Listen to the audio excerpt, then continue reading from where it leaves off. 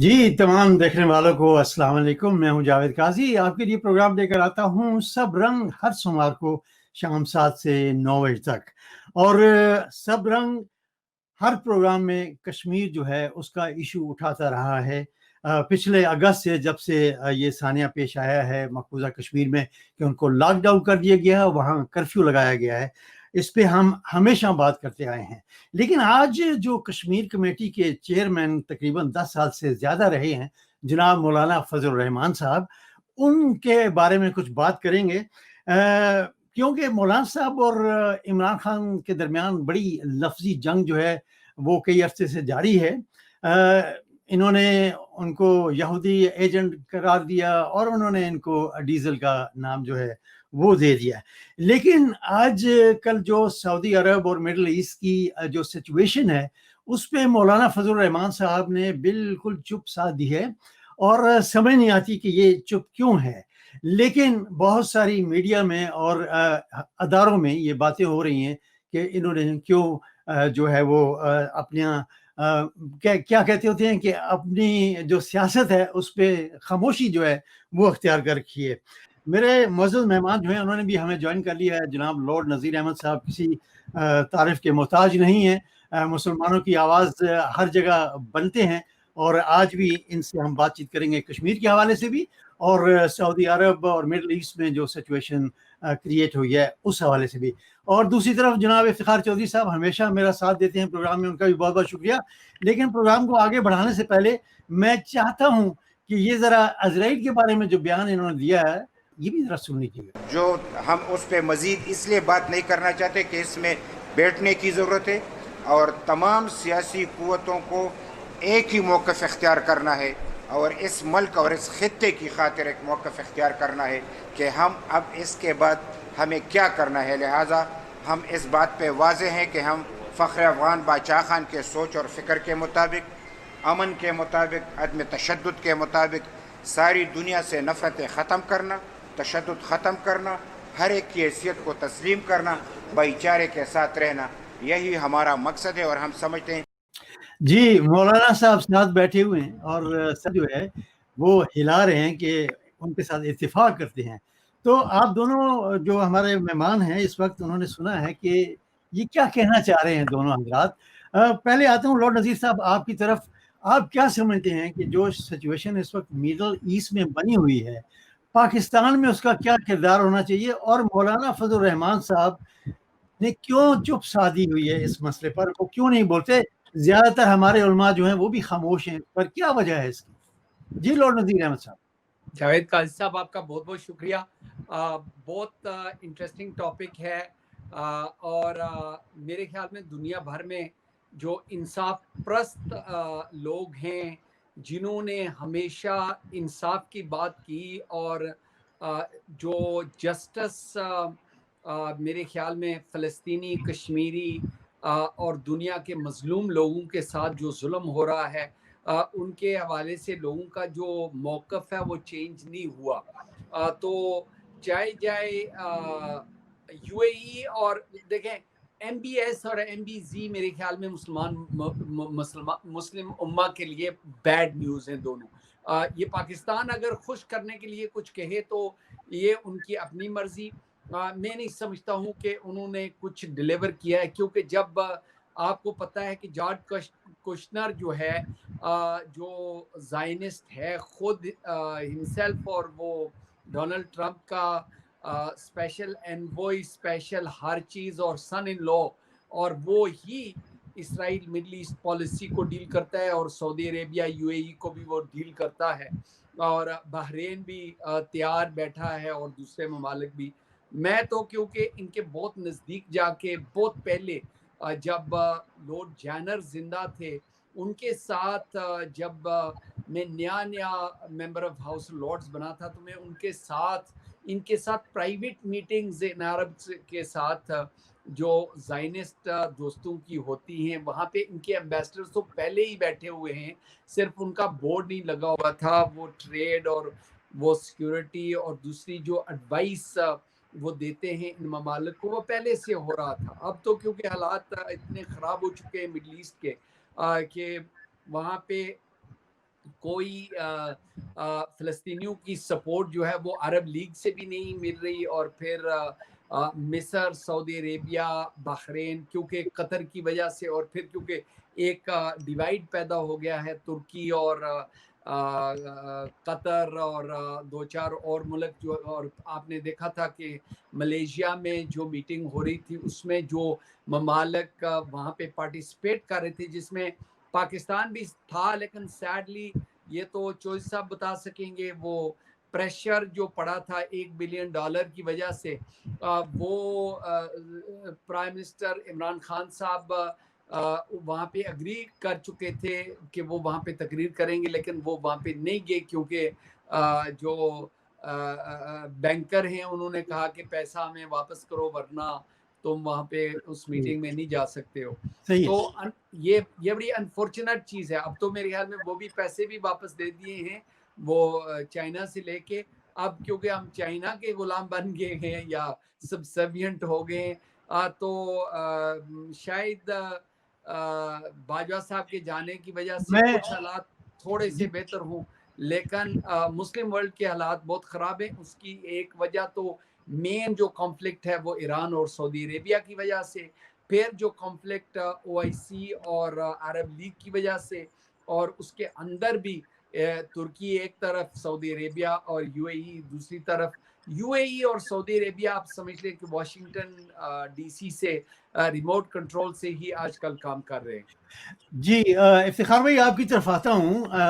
हमारे चीफ जो हैं पाक आर्मी के, वो गए हुए हैं सऊदी अरब। आप समझते हैं कि सिविलियन हुकूमत को जाना चाहिए था या कि इन्हीं को जाना चाहिए था? ये सारे मामलात क्या हैं? और मैं ख़ास तौर पर आपसे ये पूछना चाहूँगा, क्योंकि आप इस्लामाबाद में बैठे हुए हैं, कि मौलाना साहब और इन जैसे और बहुत सारे उलमा जो हैं, वो इस बात पर क्यों खामोश हैं, क्यों नहीं तनकीद करते सऊदी अरब पर? जो अभी प्रेस कॉन्फ्रेंस कर रहे थे मौलाना साहब के साथ बैठे हुए, ये भी ये एएनपी के बड़े लीडर हैं, और इन्होंने जो बात की है बज़ाहिर वो यही कह रहे हैं कि जी आप जो दुनिया के जो फास्ट मूविंग जो सिनेरियोज हैं, तेजी से बदलते हुए हालात हैं, आप उसके मुताबिक एक्ट करें। वो क्या है जी, वो कि आप इसराइल जिस तरह यूएई उसको कर रहा है एक्सेप्ट, आप उसके बाद जिस तरह लॉर्ड नजीर साहब ने फरमाया है कि बहरीन भी उस लाइन में है, फिर मराकश के बारे में भी कहा जा रहा है कि वो नेक्स्ट, और सऊदी अरेबिया के बारे में ये कहा जा रहा है कि भी एंड पर जाकर ये उसको एक्सेप्ट करेगा। एक्सेप्ट करने का तरीकाकार जरा डिफरेंट भी हो सकता है। देखें आप, जिस तरह आज उन्होंने अपना सफारत खाना खोल लिया, सऊदी अरेबिया ने भी अपने जो फजाई है अपना सऊदी अरेबिया की फजा जो है वो उसके तैयारों के लिए खुली है, उसके पैसेंजर्स के लिए भी खुली हुई है। और दूसरा जो अब अहम बात यह है कि वो 30-40 बिलियन डॉलर्स का जो वो है बिजनेस जो है इंडिया के साथ, तो वो सऊदी अरेबिया कभी इंडिया को नाराज नहीं कर सकता। इस हवाले से वो कश्मीर के इशू पर वो जो एक मुस्लिम हरम की पासबानी के लिए वो वाला कंसेप्ट वैसे ही खत्म हो गया। तो लिहाजा ये जो जनरल बाजवा साहब जो गए हैं सऊदी अरेबिया को, ये चीज क्लियर है, ठीक है, वो इमरान खान के साथ उसकी मीटिंग भी हुई थी, इधर एमबीएस यहाँ पे आया था, यहाँ से वो फॉल्स प्रॉमिसेस जो है वो करके गया था, उससे दुगने तिगने प्रॉमिसेस जो है वो कीमतों के वो उधर इंडिया के लिए वो करके गया, और कश्मीर में टूरिज्म को डेवलप करने के लिए बिलियंस ऑफ डॉलर्स की उसने पेशकश की है। तो वो जो कश्मीर का कंसेप्ट है ना, उनके नजदीक के जी एक उम्मत है, वो आप उसको भूल जाए कि वो उनके वो ये देखते हैं कि जी हमें जो फाइनेंशियल बेनिफिट जो है, जो हमारे नेशनल इंटरेस्ट है, उनके मुताबिक जिस तरह वेस्टर्न कंट्री सोचती हैं या दूसरी कंट्री सोचती हैं, उसके मुताबिक उसको टेप। जहां तक ये डीजीआईएसआई और ये आर्मी चीफ गए हैं, आर्मी चीफ ने इससे पहले 1-2 दिन पहले सऊदी अरब के जो सफीर हैं पाकिस्तान में, उनसे उनको बुलाया हंगामी तौर पर, और उनको तमाम मैसेजेस कन्वे किए हैं कि ये यूएई और फिर जिसकी बैक पर आप सऊदी अमीर के हवाले से बात हो रही है, तो आप का जो मुसलमानों का जो मौकफ है, पाकिस्तान का मौकफ है, आप उसको इस तरह आप रद्द नहीं कर सकते। तो और दूसरी जो बात की आपने कि जी वो सिविल गवर्नमेंट को होना चाहिए, सिविल गवर्नमेंट से ऑलरेडी वो डिस्कशन कर रही है, उनको ये पता कि एक ही सिर्फ उनके पास ऑप्शन थी पैसे का सिविल गवर्नमेंट के साथ उसने बात नहीं कर सकता, तो पैसों की उनको जरूरत नहीं है, पाकिस्तान से तो नहीं उसने कर्ज लेना। एक चीज थी जो आजाद मुकद्दस है उसकी जो वो की जा रही है, सिक्योरिटी की जा रही है, पाकिस्तान आर्मी कर रही है। और मैंने पिछली दफा भी आपको कहा था कि आर्मी इस जो MBS है उस पर 2-3 दफा हमले भी हो चुके हैं, और उसकी अपनी खानदान के अंदर भी उसके साथ प्रॉब्लम है। उसने कई प्रिंस और अपने जो चचाओं को और जो रॉयल जो फैमिली के लोग हैं उनको गिरफ्तार किया हुआ है, ठीक है। उससे पहले उसने पैसे जो है बाजार निकालने के लिए लोगों को, प्रिंस को 7 स्टार होटल 5 स्टार होटल्स में कैद रखा, कई महीने कैद रखा और पैसे रिकवर किए हैं। तो कहने का मकसद ये है कि DGISI और DGISI का जाने का मतलब क्या है, वो नेशनल सिक्योरिटी के वाले से उसने बात करनी है, ठीक है ना। और आर्मी चीफ का जाने का मकसद यह है, वहां पे रहील शरीफ से भी मुलाकात हुई थी आर्मी चीफ की, और उससे पहले भी रहील शरीफ की आपको याद होगा जिस वक्त कश्मीर के हवाले से जो बात करनी थी, नक्शा पास करना था कश्मीर के हवाले से, तो वो नक्शे से पहले उनका आर्मी चीफ ने जहांगीर करामत को भी बुलाया था, उनसे मीटिंग की थी, और इनको भी बुलाया था जनरल रहील को। और जनरल रहील आपको पता है कि वहां के आर्म फोर्सेस के को चीफ हैं। अब हमें अभी तक अंदाजा नहीं हुआ कि एक्चुअल उनकी ड्यूटी क्या है अभी तक, क्योंकि हमने देखा तो नहीं है उनको कोई इस तरह की ड्यूटी अदा करते हुए, लेकिन वो उसका रास्ते में है। बज़ाहिर मुझे ये लगता ये है कि आर्मी चीफ और DGISI के जाने के बाद ये कुछ मामला थोड़ा सा किसी हद तक कूल डाउन होगा। लेकिन आप देखें जहां तक इनके वेस्ट आर्मी चीफ को पहली दफा तो नहीं गए हैं, आर्मी चीफ से इससे पहले भी कई दफा जा चुके हैं, जनरल रहील के कई विजिट हो चुके हैं, और उनके भी शहजादों के और आदिल जुबैर जो है उनके वजीर खारजा, वो कई चक्कर लगा चुके हैं। तो ये जो सिनेरियो डेवलप हो रहा है ना, जिस तरह यूनाइटेड स्टेट के जो है वो एक अलग ब्लॉक बन रहा है, चाइना का अलग ब्लॉक बन रहा है, जिसके अंदर पाकिस्तान है, टर्की है, मलेशिया है, और ये जो कंट्रीज हैं, और दूसरी तरफ आपके जो इंडियन ब्लॉक है, इसराइल का ब्लॉक है, और अरब कंट्रीज। अब अरब कंट्रीज जो है वो आप भूल जाएं कि वो पहले वो था, हालांकि जॉर्डन जो है और उसका 1967 में उसका इलाके पर कब्जा किया गया, और उसके बाद ये जो दूसरे जो ममालिक उसके साथ मिस्र का गोलान हाइट्स उस पर कब्जा किया गया। तो लेकिन यही वो ममालिक है जॉर्डन, और जहां पे सफारत खाने पहले से ही कायम है, ठीक है ना, और UAE का सफारत खाना कायम है, और आहिस्ता से they are twisting towards normalisation, जिसे वर्ड डिप्लोमेटिक वर्ड यूज के, normalisation of the relations with उनका। और ये जो मौलाना हजरात हैं जो आप बात कर रहे हैं, मौलाना हजरात जो हैं वो उनका ना 3 या ना 13 में उनका कोई रोल है। वो कभी इन अगर मैं और ज्यादा सख्त बात करूंगा तो ये पिस्तौल लेकर निकल आएंगे बाहर। तो ये इन लोगों का कोई रोल ही नहीं है इन तमाम मामलात में। वो देख रहे हैं कि जहां से मुझे इक्तदार में एंट्री हो सकती है, वो उसके लिए कुछ भी करने को तैयार हो सकते हैं। आपको याद होगा कि वो जो लीक्स निकली थी उसमें क्या कहा गया था, अमेरिकन सफीर को इसने क्या कहा था कि आप मुझे अगर सदर बनाते हैं या वजीर आजम बनाते हैं, मौलाना साहब जी जी, तो उसमें मौलाना साहब ने यही कहा था कि जनाबे वाला कि आप एक दफा मौका दे के देखें तो हम आप ये जरदारी और नवाज शरीफ से बेहतर परफॉर्मेंस अदा करके दें। तो आप मौलाना साहब से कोई एक्सपेक्ट ना करें। अगर ये बात यहूदी लाबी की होती तो यहूदी लाबी की बात होती तो इमरान खान को सारी उम्र यहूदी लाबी कहता रहा है ना, और खुद उसको नहीं पता था उसके अपने हलके के अंदर कितनी यहूदी लाबी है कि वो जो है एक PTI के एक मेंबर से वो लीड के साथ वो हार गया था, ठीक है ना। तो ये हमें इन चीजों को मद्देनजर रखना चाहिए। हम वी डोंट एक्सपेक्ट, वो तो अपनी दुकान चलाकर बैठा हुआ है, और नाराज क्यों है, औखा क्यों है कि वो साफ वो कहता है कि पीपल्स पार्टी और मुस्लिम लीग नून ने उसके साथ धोखा किया है। आज भी जो सबसे ज्यादा तकलीफ है, मैं लॉर्ड नजीर अहमद साहब को भी यहाँ लेकर आता हूँ। लॉर्ड साहब, राहील शरीफ साहब एक अरसे से सऊदी अरब में है और उनका माशाल्लाह कद काठ भी बहुत बड़ा है वहाँ। तो उनके होते हुए ये सारी बातें जो हैं वो कैसे मिडिल ईस्ट में हो रही है? क्या उनकी कोई इनपुट नहीं होती? जिस तरह आपको चोई साहब ने इफ्तिखार चोई साहब ने करेक्ट किया है, ये गोलान हाइट जो है वो सीरियन हैं, वो इजिप्शियन नहीं है। प्रोग्राम की वजह से वो करेक्शन ज़रूरी है। और ये मेरे ख्याल में मज़हब के साथ लॉबी नहीं करना चाहिए, जूइश लॉबी, हिंदू लॉबी। वो ज़ायनिस्ट लॉबी हो सकती है या हिंदुत्व लॉबी हो सकती है, क्योंकि हम वेस्टर्न कंट्रीज में बैठे तो पॉलिटिकली करेक्ट होना चाहिए। दूसरी बात ये है कि जो रहील शरीफ साहब हैं वो उनको सिक्योरिटी मैटर्स के लिए एडवाइजर, वो चीफ ऑफ आर्मी नहीं है वहाँ पे, वो एडवाइजर, उनके लिए अच्छी तनख्वाह है। यानी रूमर्स पहले तो $1 मिलियन पर मंथ के हिसाब से लोग बता रहे थे, मुझे नहीं पता कि उनकी सैलरी कितनी है। लॉर्ड साहब वो कितनी एडवाइस लेते होंगे रहील शरीफ साहब से? देखें वो रोशनी डालिए। नहीं देखें वो उसकी वजह है, ये एक साइकोलॉजिकल प्रेशर था।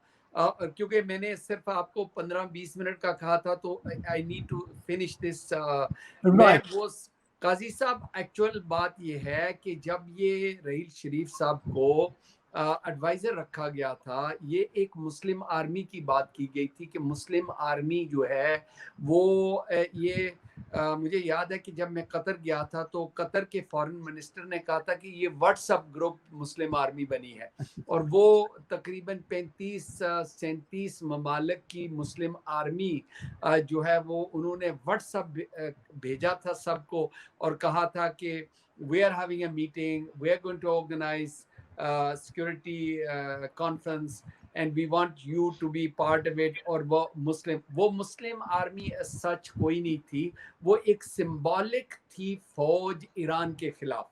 लोग तो म्यूट कर जाते हैं ना, मैं खुल के कहता हूँ। सऊदी अरेबिया और यूएई जो है उन्होंने वो, क्योंकि सुन्नी ब्लॉक और शिया ब्लॉक के हवाले से उस वक्त थ्रेट हो रही थी ईरान से, तो उसके लिए इन्होंने ये 30-35 या 35-37 ममालिक की फौज का सिंबॉलिक हेड जो है वो रहील शरीफ साहब को रखा था।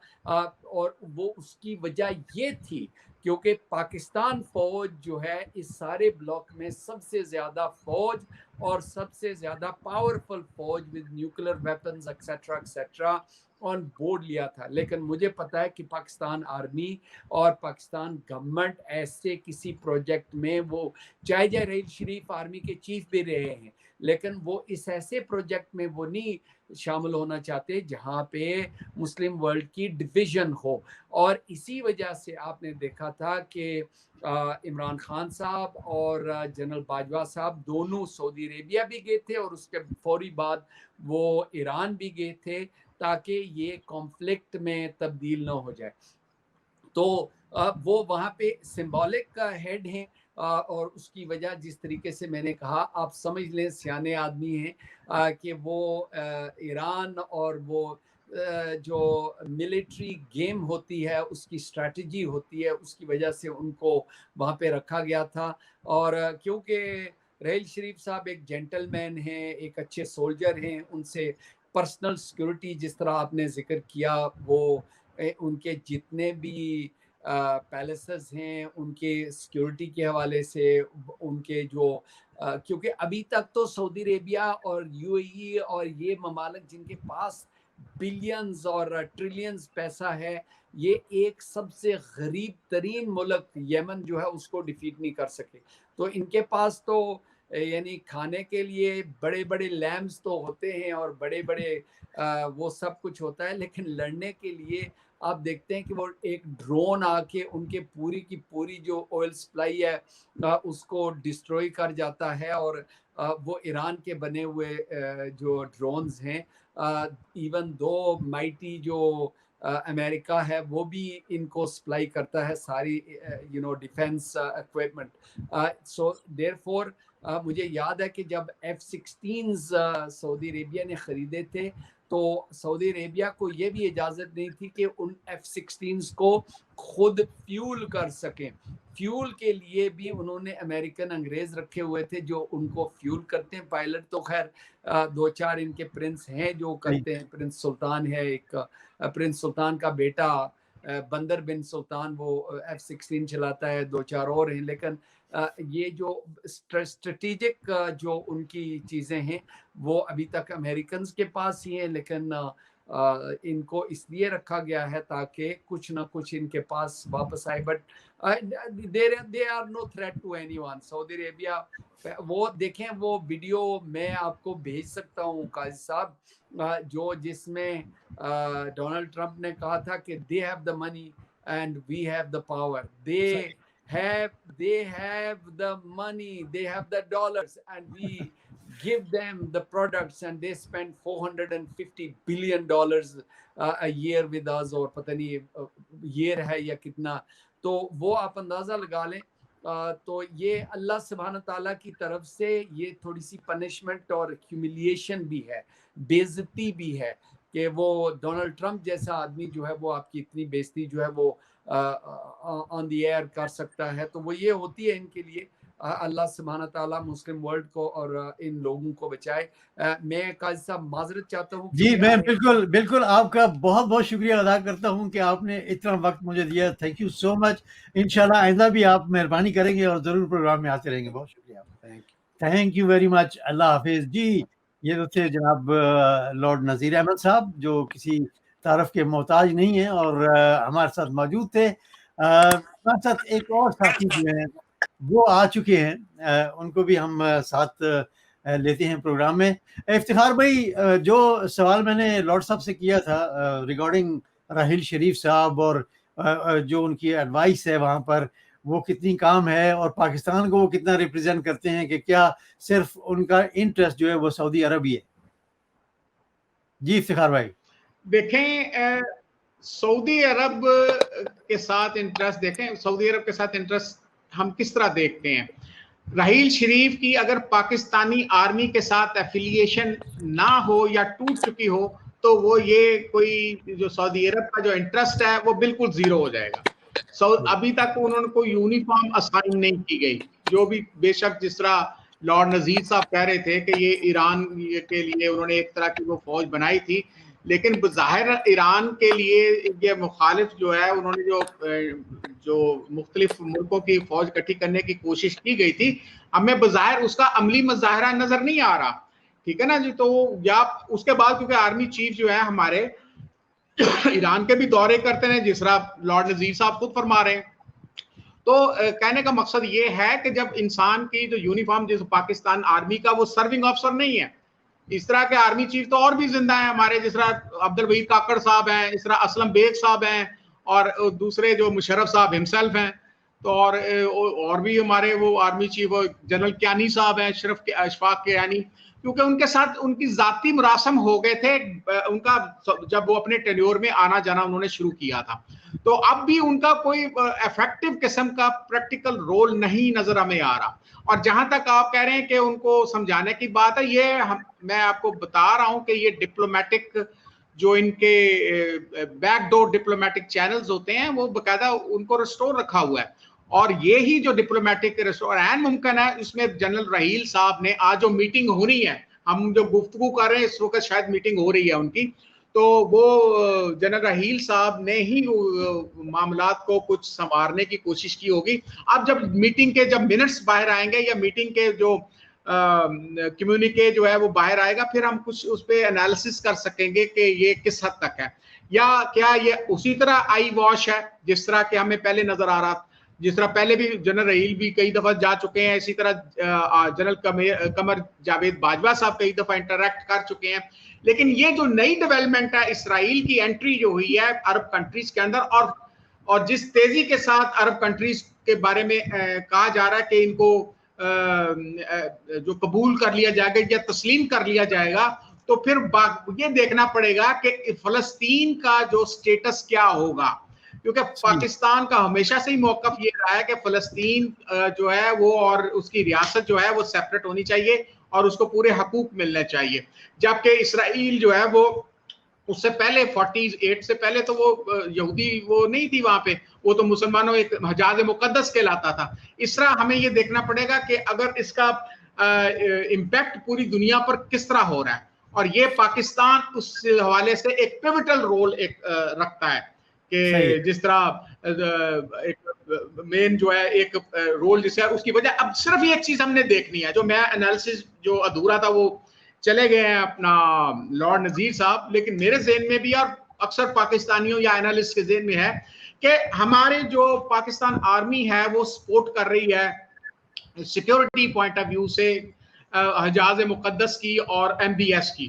क्या हिजाज मुकद्दस की सिक्योरिटी या पाकिस्तान की सिक्योरिटी को एक तरफ करने के बाद जो उनके नेशनल जो उनके एसेट्स हैं, जिस तरह हमारे सेक्रेट जो मुसलमानों के हैं, क्या वहां पे इसराइल की फौज लगा दी जाएगी? क्योंकि मैं जो पढ़ रहा था इनका UAE का जो इनके साथ जो डील हो रही है उसमें जो मुआशी तौर पर मुख्तलिफ इंडस्ट्रीज को डेवलप करना चाह रहे हैं, उसमें एक इंतहाई इंपॉर्टेंट है, वो ये है कि हम आपके जो सिक्योरिटी के इंटरेस्ट हैं जो वो उसको हम वॉच करेंगे। अब सिक्योरिटी का इंटरेस्ट कैसे वॉच किया जाता है? वो ऑब्वियसली वो आर्म्ड फोर्सेस जो है उनकी और उनको जो डिफेंस की टेक्नोलॉजी है वो फराहम करना है।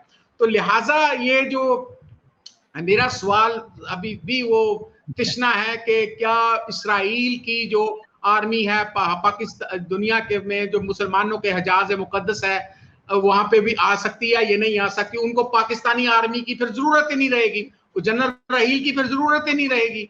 और लेकिन देखना ये है कि वहां के जो अवाम हैं, वहां के जो इंटरनेशनल लेवल, क्योंकि कहा यह जा रहा है कि MBS ने इसराइल को इसलिए अभी तस्लीम नहीं किया। वो इस चीज को कितना एक्सेप्ट करते हैं वहां की जो अवाम है इफ्तिखार भाई, वो देखना पड़ेगा कि वो कितना इस चीज को एक्सेप्ट करते हैं।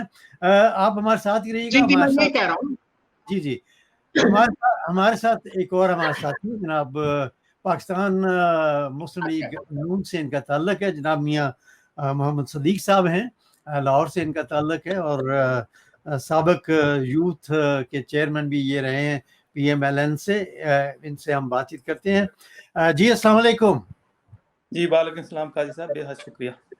जी आपने भी हमें ज्वाइन कर लिया है। हमारे एक और साथी हैं लंदन से, उन्होंने भी हमें ज्वाइन किया, उनको भी मैं बाद में शामिल करूंगा प्रोग्राम में। मियाँ साहब आपसे एक ऐसा सवाल है, माइंड न कीजिएगा, कि नवाज शरीफ साहब के इतने करीब तलकात थे मोदी साहब के साथ कि वो बगैर वीज़े के उनके घर शादी पे भी आ जाते थे और तोहफ़े जो हैं वो भी एक दूसरे को दिए जाते थे। तो नवाज शरीफ साहब कश्मीर का मसला क्यों नहीं हल करा सके? इतनी कुर्बत थी उनकी मोदी साहब के साथ। जी औज़ु बिल्लाहि मिनश शैतानिर रजीम, बिस्मिल्लाहिर रहमानिर रहीम। आप मुस्लिम लीग नून की पिछले दौर उठा के देख लें, कश्मीर पे हमारी क्या क्या काविशें थी। उस वक्त तक किसी यहाँ तक हमारा मिडिल ईस्ट में असर और सूख था। क्या आप मुझे बताएं कि आज जिस हालात से हम गुजर रहे हैं, क्या मुस्लिम लीग नून के दौर में था जब आपने देखा कि जब यमन का मामला आया तो मुस्लिम लीग नून पार्लियामेंट से करारदाद लाई, हर चीज़ के पार्लियामेंट के ज़रिए की जाती थी। आज आप देखें रह गया कश्मीर का मसला। लाहौर डिक्लेरेशन जो था वो किसके ज़माने में जो है ना, उस वक्त की इंडियन गवर्नमेंट ने जो कभी पाकिस्तान को तस्लीम ही नहीं करती थी, वो मनारे पाकिस्तान के साए तले आके वो मान के गए। अब इस वक्त जो हम सिचुएशन से गुजर रहे हैं, आप देखें इस वक्त सऊदी रिलेशंस हम कहाँ पे खड़े हैं। हमने बगैर किसी होमवर्क के वहाँ पे जो काम करने वाले मुसलमान हैं वो 26 लाख पाकिस्तानी। मैं आपके साथ इत्तेफाक करता हूँ जो बातें आप करें, लेकिन जो मेरा एक्चुअल सवाल था वो ये है, उसी तरफ आ रहा हूँ। जी कि कश्मीर का तल्लुक उस इतनी कुर्बत होने के बावजूद PMLN जो है वो क्यों नहीं पेशरफ्त कर सकी कश्मीर के मामले में? क्या उस वक्त कश्मीर की ये किस दौर में जो है ना, ये जो मौजूदा कश्मीर के अंदर तहरीक है, इसने हवा किस दौर में पकड़ी है? ये क्या मौजूदा गवर्नमेंट ने की है? ये मुशर्रफ साहब जब आए थे तो इन्होंने तो वहां पे बाढ़ लगवा दी। ये पहले सुन लेना, इन्होंने तो वहां पे ये बुरहान वानी जब शहीद हुआ है उसके बाद इस चीज ने ज्यादा जोर पकड़ा है। हाँ, तो बुरहान वानी उस नौजवान नस्ल जो थी, ये नौजवान नस्ल जो थी, ये उस वक्त पाकिस्तान मुस्लिम लीग की गवर्नमेंट और पूरी कौम कश्मीरियों के साथ खड़ी थी और हम हर तरह की उनकी इखलाकी और सफारती मदद कर रहे थे, ये मुस्लिम लीग की। और आज आप देखें आज क्या हो रहा है कि आज आप बिला सोचे समझे एक बयान दे देते हैं और उसका नतीजा क्या निकलेगा? उसका नतीजा ये निकलेगा अब हो सकता है कि आपको अपने वजीर खारजा की कुर्बानी देनी पड़े। आज आपको डिक्टेट किया जा रहा है ये मुस्लिम, ये अब सुने, ये बड़ा जरूरी है। तो मियां साहब कुर्बानी तो आपकी मुस्लिम लीग नून ने भी बड़ी दी है। नहीं, हमने ये रस्म किसने डाली? ये ना होती तो आज ये सऊदी जो आपको कह रहे हैं कि इसराइल को मानो, जज्बात ये छोड़ो। आपको पता है कि आपके पास जब 1936 में ये फलस्तीन पे जब रॉयल कमीशन कायम हुआ तो उस वक्त डॉक्टर लामा इकबाल ने 3 जुलाई 1937 को एक बयान दिया था। उन्होंने कहा कि हम फलस्तीन की तकसीम को मुसरत करते हैं। और फिर ये अब आप जो है ना अपने फाउंडर के खिलाफ जाएंगे, जो उस प्रेशर में आप यही बात जब ये जो फलस्तीन जो ये इसकी जो करारदाद मंजूर की गई अक़वाम मुत्तहिदा में, ये 29 नवंबर 1947 को की गई थी। तो कायद-ए-आज़म मोहम्मद अली जिन्ना ने 8 दिसंबर 1947 को उस वक्त के अमरीकी सदर को खत लिखा था, ट्रूमैन को, कि आपको अपने जो है ना इस फैसले पे नजरसानी करनी चाहिए। ये है आपके मुल्क की आपके फाउंडर्स जो है ना उनकी काज। अब जो इस वक्त मौजूदा सिचुएशन है वो ये है कि अब आपको इस बात पे गौर करना होगा कि ये जो हालात इस वक्त पैदा हुए हैं, क्यों पैदा हुए हैं। उसकी वजह ये है कि आपको जब प्राइम मिनिस्टर को जब वो जो सऊदी शहनशाह पाकिस्तान में तशरीफ लाते हैं तो आपने बड़ा कुछ किया, और जब वो आपको अपने त्यारे पे अक़वाम मुत्तहिदा में स्पेशल त्यारे पे, जो किंग सलमान के स्पेशल त्यारे पे जो हमारे प्राइम मिनिस्टर साहब अक़वाम मुत्तहिदा में गए थे, और वापसी में जब उन्होंने इनको छोड़ा था, ये पुरानी बात हो गई है, तो उस वक्त होमवर्क करना याद नहीं आया था इनको। मैं वापसी पे इनको ये समझ नहीं आई थी कि मैं प्रोग्राम को जरा आगे बढ़ाता हूँ। हमारे साथ ये सब तमन्ना साहब हैं all the way from London, उन्होंने भी ज्वाइन किया है। जी अस्सलाम वालेकुम तमन्ना भाई। वालेकुम सलाम, शुक्रिया जी। और all the way from Lahore हमें असद काजी साहब जो हैं उन्होंने भी ज्वाइन कर लिया है। काजी साहब अस्सलाम वालेकुम। वालेकुम जी असद भाई, आपकी तस्वीर जो है, क्या बात है, नेट का प्रॉब्लम तो नहीं है लाहौर में? नहीं, बिल्कुल ठीक है, अभी तो ठीक लग रहा है। अच्छा, मैं तमाम दोस्तों को अस्सलाम वालेकुम। वालेकुम सलाम। जी इफ्तिखार भाई, आपकी तरफ आता हूँ कि आज फिर तोशा केस जो है उसमें हाजिरी हुई थी जनाब जरदारी साहब की। जी। कभी ये तो करप्शन के केसेस आते हैं, कभी ये अंजाम को पहुंचेंगे या नहीं, कि वो क्या कहते हैं बिल्ली चूहे वाला खेल चलता रहेगा? जी इफ्तिखार भाई। इफ्तिखार भाई, लगता है आपको आवाज देखिए नहीं आ जी, रही। मुझे मेरी मुख्तलिफ लोगों से बात हुई है जो सेनर एलिमेंट्स भी हैं इसमें ना, तो अभी अचानक इसको ना, जी आवाज आ रही है आपको? जी आ रही है जी। हेलो जी आवाज आ रही है, आप बोले। आवाज आ रही है आपको? ओके। तो उसमें मेरी जो बात हुई है वहां पे मैं जी था अपना ये एहतसाब अदालत के अंदर। तो इफ्तिखार भाई, आपके साथ कोई वॉइस प्रॉब्लम हो रहा है। मैं यही सवाल लेकर, इफ्तिखार भाई आपका जो प्रॉब्लम है, 1 मिनट होल्ड करें, जो आपका माइक बंद है, जरा आप माइक खोल लें अपना। असद भाई, आप आता हूँ, आप जो लाहौर में बैठे हुए हैं, आप ये बताइएगा कि ये जो बिल्ली चूहे वाला खेल है, ये कभी खत्म होगा हमारे मुल्क में, कि बुला लिया और बस तारीखें हो गई और फिर बाद में जमानतें हो गई? आपका क्या ख्याल है, ये कभी इंजाम को पहुंचेगा? काजी साहब, यकीन माने हम लोग खुद बहुत ज्यादा डिस्टर्ब हो गए, हम खुद से कोई तजिया नहीं कर पाते कि क्या होगा। यही जरदारी साहब थे जिन्होंने, आपको याद है, इन्होंने कहा था नैब के चेयरमैन की क्या मजाल। जी। ये लोग तो इतना इनकी गर्दन में सरिया था, ये तो कभी किसी दायरे को खातिर में नहीं लाते थे।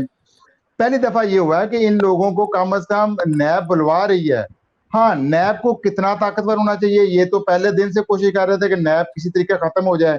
अब भी आपको पता है, अपोजिशन के साथ इनकी जो सेटलमेंट हो रही थी गवर्नमेंट की, इनकी कोशिश ये थी कि नैब के अंदर जो भी कवानीन है वो तरमीम कर सके, उनके अंदर तब्दीली लाकर हम अपने ऊपर जो लटकती तलवारें वो कम कर सकें। इस निज़ाम के होते हुए तो ये पॉसिबल नहीं है, ये चूहे बिल्ली का खेल चलता रहेगा। हाँ, अगर निज़ाम बदलता है, सदारती निज़ाम आता है, कुछ और बेहतरी आती है, तो फिर मैं और आप उम्मीद रख सकते हैं कि इसके अंदर कोई बेहतरी आएगी। फिलहाल नजर नहीं आ रहा। सही है। यशो भाई आपकी तरफ आता हूँ एक सवाल लेकर, जो कि पहले मैंने जो लॉर्ड नज़ीर अहमद हमारे साथ मौजूद थे उनके साथ किया, और इफ्तिखार भाई अभी भी हमारे साथ मौजूद है, कि मौलाना फजल रहमान साहब जो हैं वो सऊदी अरब की इस चीज़ के सऊदी अरब जो है वो इजराइल के साथ खड़ा हो गया है, इस पर क्यों खामोशी अख्तियार की हुई है हमारे उलमा ने? देखें, मौलाना फजल रहमान का अपना वेस्टेड इंटरेस्ट है, और जाहिर है ज्यादातर जो उनका मसला है वो है पैसे और किसी न किसी गवर्नमेंट में आना। सऊदी अरब अभी जाहिर है कुछ अरसे के लिए तो कोई कदम नहीं उठाएगा, खामोशी इख्तियार करेगा, लेकिन लग अब ये रहा है कि अमेरिका ने सऊदी अरब के रास्ते पाकिस्तान को प्रेशराइज करने की कोशिश करनी है कि किसी तरह से पैक से अलग हो जाए और चीजों को हल्का कर दे ताकि वो काम ना हो सके।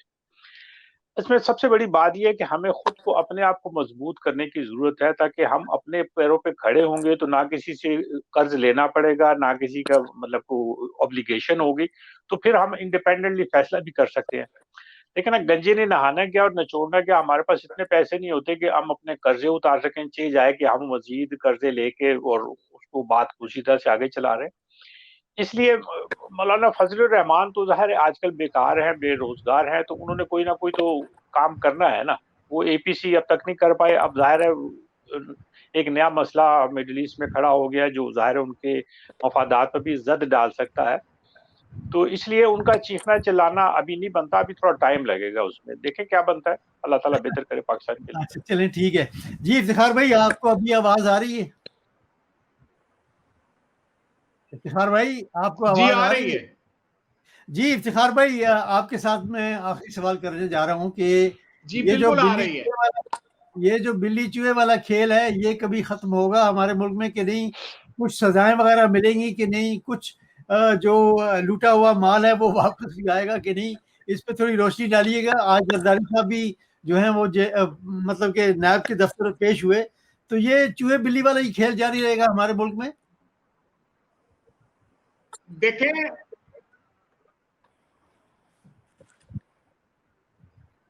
इफ्तिखार भाई की मुसलसल आवाज में जो है वो जी ये रिकवरीज नहीं होगा, का मेजर फेलियर ये है जी। मेजर फेलियर ये है कि अभी तक कोई रिकवरीज मेजर नहीं हुई।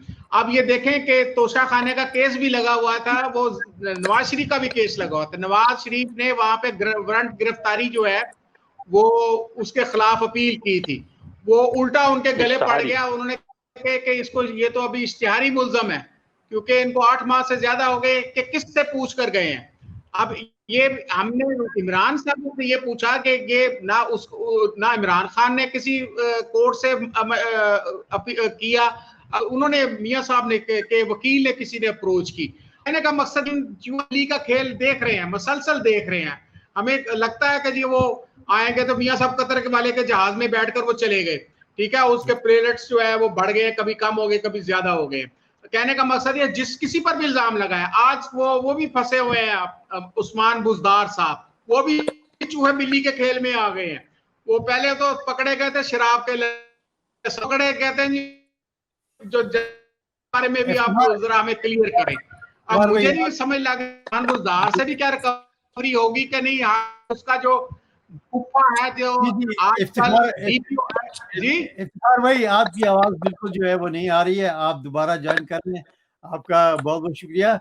मियां सदीक साहब आपकी तरफ आता हूँ कि मियां साहब की एक बार फिर जो है वो मीडिया में भी बातें हो रही हैं, बहुत सारे हलकों में भी बातें हो रही हैं, तो आप क्या समझते हैं? कि एक छोटा सा सवाल था कि आप बता दीजिएगा कि ये फ्लैट जो है ये कहाँ से खरीदे हैं, उसका जवाब क्यों नहीं आता? बाकी सब जवाब इसका जवाब कुछ ऐसे है कि आपको ये पता है कि ये आप पाकिस्तान के अवाम को और कायरीन को ये बात बताएं कि इसी नैब ने पाकिस्तान गवर्नमेंट के बरतानिया में 26 मिलियन पाउंड के सासे मंजमद करवा दिए हैं। ये क्या करने आए थे? ये ढूंढने आए थे नवाज। इन्होंने जो कंपनी यहाँ से हायर की थी उनको इन्होंने कहा कि 20% अगर आप इनकी जो है ना करप्शन पकड़ते हैं तो 20% आपको उसमें से मिलेंगे और हम आपकी फी भी देंगे। अब वो जारी बात है करप्शन तो नहीं मिली, तो नतीजा क्या निकला है? और ये थोड़े मियां साहब बड़ी माजरत के साथ सवाल तो ये है कि आप अपनी जो चीजें हैं उनका जवाब क्यों नहीं देते? आप भैया आप मुझे हमेशा मौका जो दें भी ना, आपके लिए बयान आते हैं बात सुने, वो आए हो जाते हैं। जी गुजारिश ये है कि वो फ्लैट अगर वो मियां साहब ने कहाँ से खरीदे हैं, वो एक बात तो क्लियर हो गई ना कि अगर ये बरतानिया में थे ना, अगर वो किसी करप्शन के पैसे के से थे तो भाई उसको ढूंढ लो किधर है। अच्छा, लेकिन एक बात, दूसरी बात सुने, मियां साहब इससे तो ये होता है ना कि आप नहीं बताएंगे कि कहाँ से लिए हैं, आप ढूंढ लें। इससे ये चीज साहब यही तो मसला हमारे मुल्क में, वो कहते हैं आप साबित करें। व्हाइट कॉलर क्राइम में सबसे बड़ी मुश्किल यही होती है कि उसको पकड़ना मुश्किल होता है, और इसलिए जो वादा माफ गवाह लाए जाते हैं वो इसीलिए लाए जाते हैं कि अंदर का कोई आदमी गुजारिश ये और है वो अंदर की बात बता इन पे रियासत को धोखाधड़ी का पर्चा होना चाहिए। ये जो खलंडरे हैं ना, ये चंद एक जो लोग हैं ना, बात सुने, ये जो इन पे अब देखें ये क्या हो रहा है आपके साथ। अगर आप ना देखें करप्शन का आपने शोर मचाया लेकिन सजा कामे पे दे दी। अब नतीजा ये है, अब नवाज शरीफ, मैं एक जर्नल, एक आम पाकिस्तानी बन के, लेकिन फिर भी जमानत के बाहर चले गए हैं ना। नमरूद की जो मौत हुई थी वो एक मच्छर के उसके नाक में जाने से हुई थी। मतलब इस किस्म की, मतलब कामे पे अगर दे दी तो उसमें क्या बुराई है? मतलब जुर्म तो था ना वो भी। आप अंदाजा लगाएं, बाकी सारे जुर्म, बाकी सारे, मेरी बात सुन लीजिए ना, मेरी बात सुन लीजिए। बाकी जो दूसरा जुर्म था उस पे 7 साल की सजा हो गई थी, उस पे 7 बिलियन का हो गया है। जो केस अभी आपने अपील की हुई है, और अपील देखें, एक साफ सुथरे आदमी की सबसे बड़ी कोशिश ये होती है कि उस पे अगर कोई इल्जाम लगा हुआ है तो वो जाके उसको साफ कराए। ये उसका बुनियादी फर्ज होता है। अगर जिम्मेदार आदमी का, उसे चाहिए कि जल्दी से जल्दी वो केस उठाए, उसको कोर्ट से कहे कि जी मैं इस पे अपनी पोजीशन क्लियर करना चाहता हूँ, मुझ पे इल्जाम लगाया गया है, आप इस केस को फौरन सुने और इसका फैसला करें।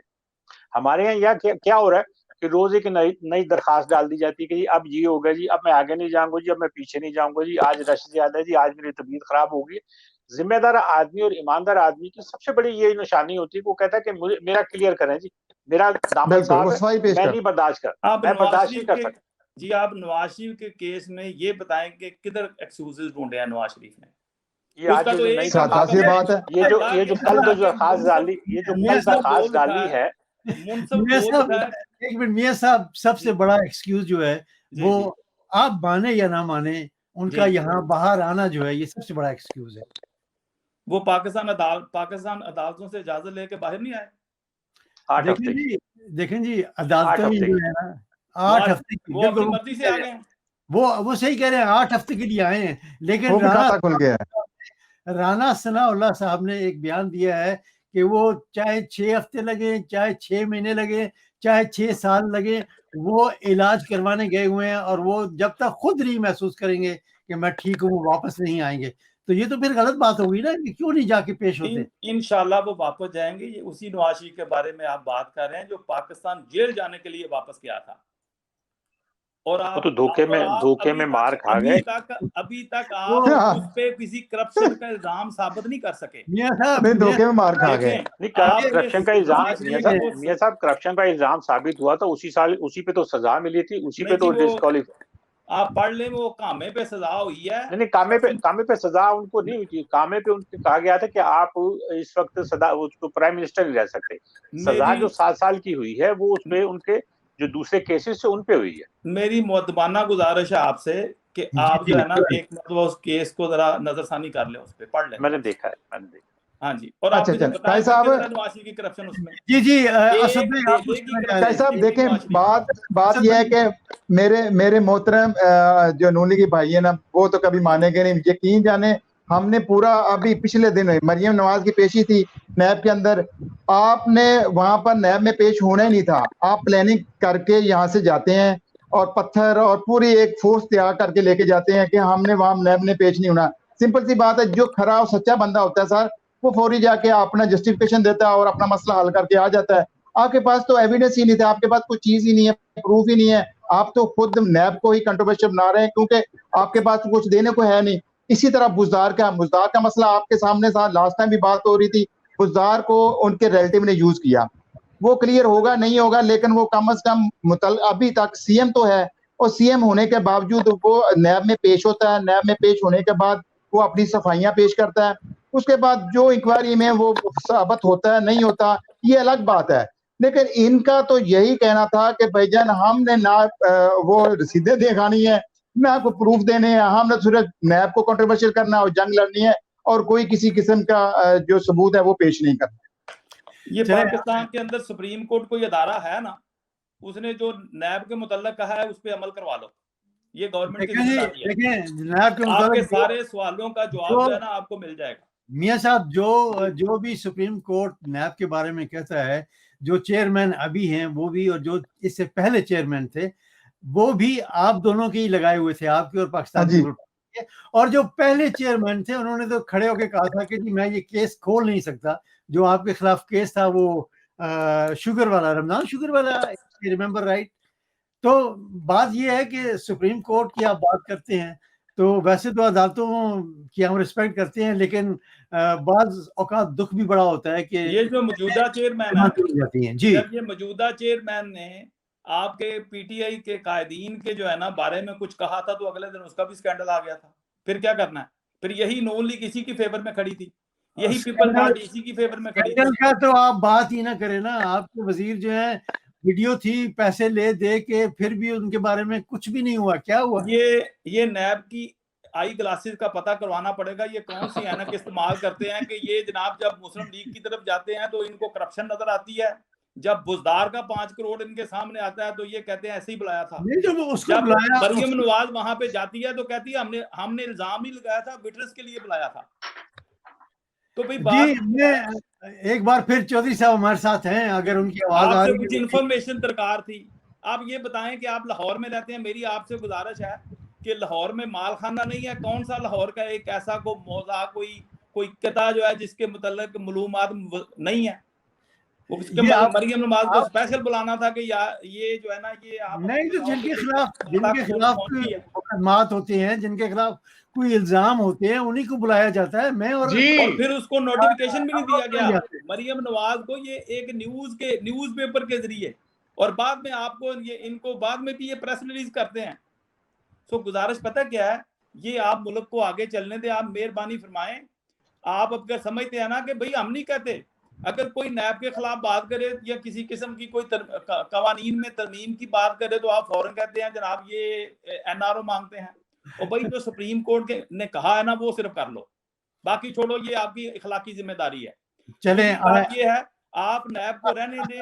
असद भाई की तरफ जाता हूँ। असद भाई, आप बताइएगा कि आप लाहौर में हैं, ये जो मसला हुआ था नैब का और मरियम का, बहुत क्रिटिसाइज हुआ मीडिया पे भी कि पथराव तो दोनों तरफ से हुआ, इसमें कोई शक नहीं, लेकिन जो गाड़ियां नून लीग की तरफ से आई थी उनमें पत्थर जो हैं वो भर के आए थे। तो क्या जो भी पाकिस्तान में बंदे इकट्ठे करके ले आए वो कानून से अबव हो जाता है?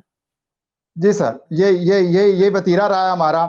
अब यकीन जाने, मैंने खुद सारे को मेरे नजदीक था तो मैंने पूरा उसको खुद से देखा है, वाच किया है। देखिए, पुलिस तलबसा कोशिश करती है कि कोई किसी किस्म का तसादम ना हो, क्योंकि सियासी पार्टियों को उसका बेनिफिट होता है, और नैब को और जो मुतलका गवर्नमेंट होती है, मौजूदा गवर्नमेंट होती है, उसका नुकसान होता है।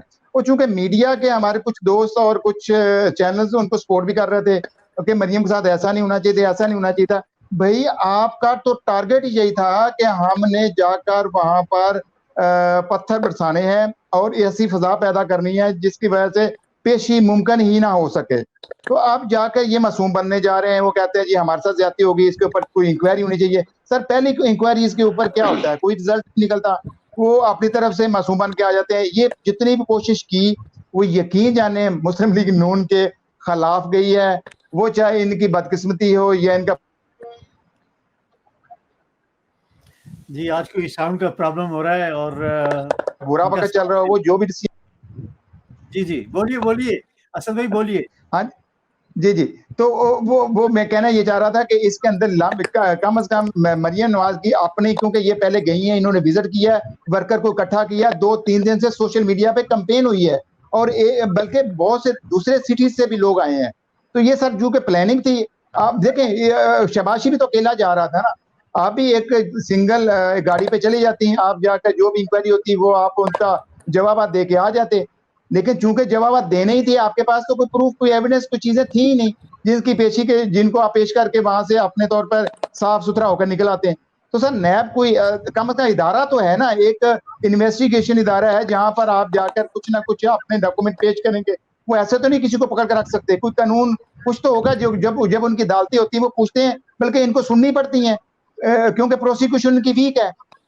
लेकिन नैब कम से कम नैब को हैसियत एक मुसल। मैं चौधरी साहब को यहाँ लेकर आता हूँ। चौधरी साहब शुरू से प्रोग्राम में शामिल हैं। चौधरी साहब, आपके लिए लास्ट क्वेश्चन है कि कभी ये मुकदमे जो होते हैं, कभी ये मंतकी अंजाम तक पहुंच सकेंगे या नहीं, इस पर थोड़ी सी रोशनी डालिएगा कि बस यही बिल्ली चूहे वाला खेल रहेगा, तो इसके बाद आप जो है वो आप जा सकते हैं। आप बड़ी देर से हमारे साथ मौजूद हैं। जी जी नहीं जी, चौधरी साहब फिर चले गए मेरे ख्याल। नहीं सर, नहीं नजर आ रहा, मुझे नजर नहीं आ रहा, क्योंकि हमारा पार्लियामानी निजाम जो है ना वो इस तरह मजबूर करता है सबको। देखें, जितनी भी सियासी पार्टियां, करप्शन, मैंने कहा इस मुल्क के अंदर जिसको भी मौका मिला उसने करप्शन की है। सबका कोई ना कोई वीक पॉइंट है, सब ने कहीं ना कहीं गलतियां कोताहियां की हुई हैं। नैब सबको चुभती है, नैब रहती है तो सबको डर है। हमारे यहाँ आज डीजी एंटी करप्शन, मैं समझता साफ बंदा था, लेकिन वो भी नैब के रडार पे है। नैब इस टाइम इतना एक्टिव हो चुका है कि उसने लिस्ट तैयार कर ली है। वो चाह रहे हैं कि मैक्सिमम जितने लोग हैं पाकिस्तान के अंदर जो करप्शन है, कम से कम कहीं ना कहीं तो किसी ने रोकना है ना। पहले तो डर खौफ ही नहीं था ना, कोई पूछने वाला ही नहीं था। यस भाई, आपकी तरफ आता हूँ। आप बताइएगा कि ये हमेशा जो अपोजिशन है वो ये गिला करती है कि जो नैब है वो और इमरान खान जो है वो एक पेज पर हैं और सब कुछ इमरान खान की ईमा पर होता है। आप क्या समझते हैं कि जो मौजूदा सेटअप है चेयरमैन नैब का, और क्या ये वाकई ये सही है? ये इस तरह हम देखते हैं कि जी वो एक पेज पर है और उनकी ईमा पर सब कुछ होता है। देखें, बात ये है कि नैब के चेयरमैन को अपॉइंट करने का जो इख्तियार है वो प्राइम मिनिस्टर को है, और वो मशवरे से है उसके अपोजिशन के मशवरे से, ठीक है। लेकिन उसको हटाने का इख्तियार प्राइम मिनिस्टर के पास नहीं है। उसका इख्तियार सुप्रीम कोर्ट का है, उसके खिलाफ आप जुडिशियल काउंसिल में जाएंगे, वहां केस करेंगे, उसके बगैर आप निकाल नहीं सकते। अच्छा, अब सूरत हाल ये जो है ना कि जी मतलब देखें, हर जो गवर्नमेंट थी, जिस जमाने में पीपल्स पार्टी की गवर्नमेंट थी, वो कहते थे कि जी ये जो उसके खिलाफ नून लीग थी, नून लीग कहती थी कि ये गवर्नमेंट कर रही है, पीपल्स पार्टी कर रही है। पीपल्स पार्टी की गवर्नमेंट आई तो नून लीग ने कहा कि वो गवर्नमेंट में हम अपोजिशन में हमारे खिलाफ कर रहे हैं। अच्छा, अब सूरत हाल ये है कि पीटीआई गवर्नमेंट में है तो पीपल्स पार्टी और नून लीग दोनों कह रहे हैं कि नैब जो है वो गवर्नमेंट के अंडर है। सवाल ये है कि पिछली जो दोनों हुकूमतें थी 10 साल तक इख्तियार में रही हैं, अगर उसमें कोई खराबी थी, कानून में कोई जुक्म था, तो इन गवर्नमेंट्स ने उसको खत्म क्यों नहीं किया? अगर वो समझते थे कि नैब जो है इंडिपेंडेंट नहीं है, गवर्नमेंट के खिलाफ, गवर्नमेंट के मतलब असर में आ जाता है, तो इनको दूर करना चाहिए था।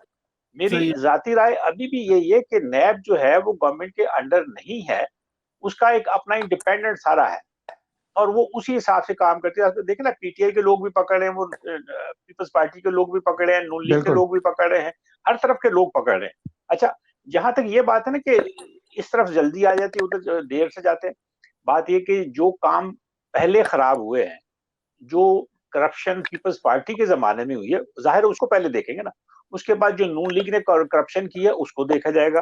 पीटीआई की गवर्नमेंट चली जाती है तो जो दूसरी गवर्नमेंट आएगी, मैं बात खत्म कर लूं, पीटीआई की गवर्नमेंट खत्म हो जाएगी तो दूसरी को गवर्नमेंट आएगी, तो जाहिर है उसका फर्ज होगा कि पीटीआई ने अगर करप्शन की है तो उसको उजागर करें और उसको पकड़ के उसको सजा दें।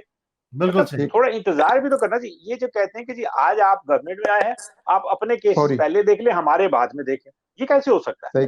सही कह आप नैब से ये नहीं कह सकते कि मतलब हमारे केसेस आप बाद में देखेगा, पहले आप पीटीआई के केसेस देख लें। ये तो एक पायल अप है, बिल्कुल एक बड़ा हजम के साथ करप्शन के केसेस है। जो केसेस आ रहे हैं, अच्छा ये सारे केसेस में पीटीआई ने कौन सा केस किया? इसके जमाने में, पीटीआई के जमाने में नून लीग के खिलाफ या दोनों के केसेस बने हुए हैं? नहीं, दोनों के हैं और दोनों ने एक दूसरे के खिलाफ किए। दोनों एक दूसरे के खिलाफ आए हुए।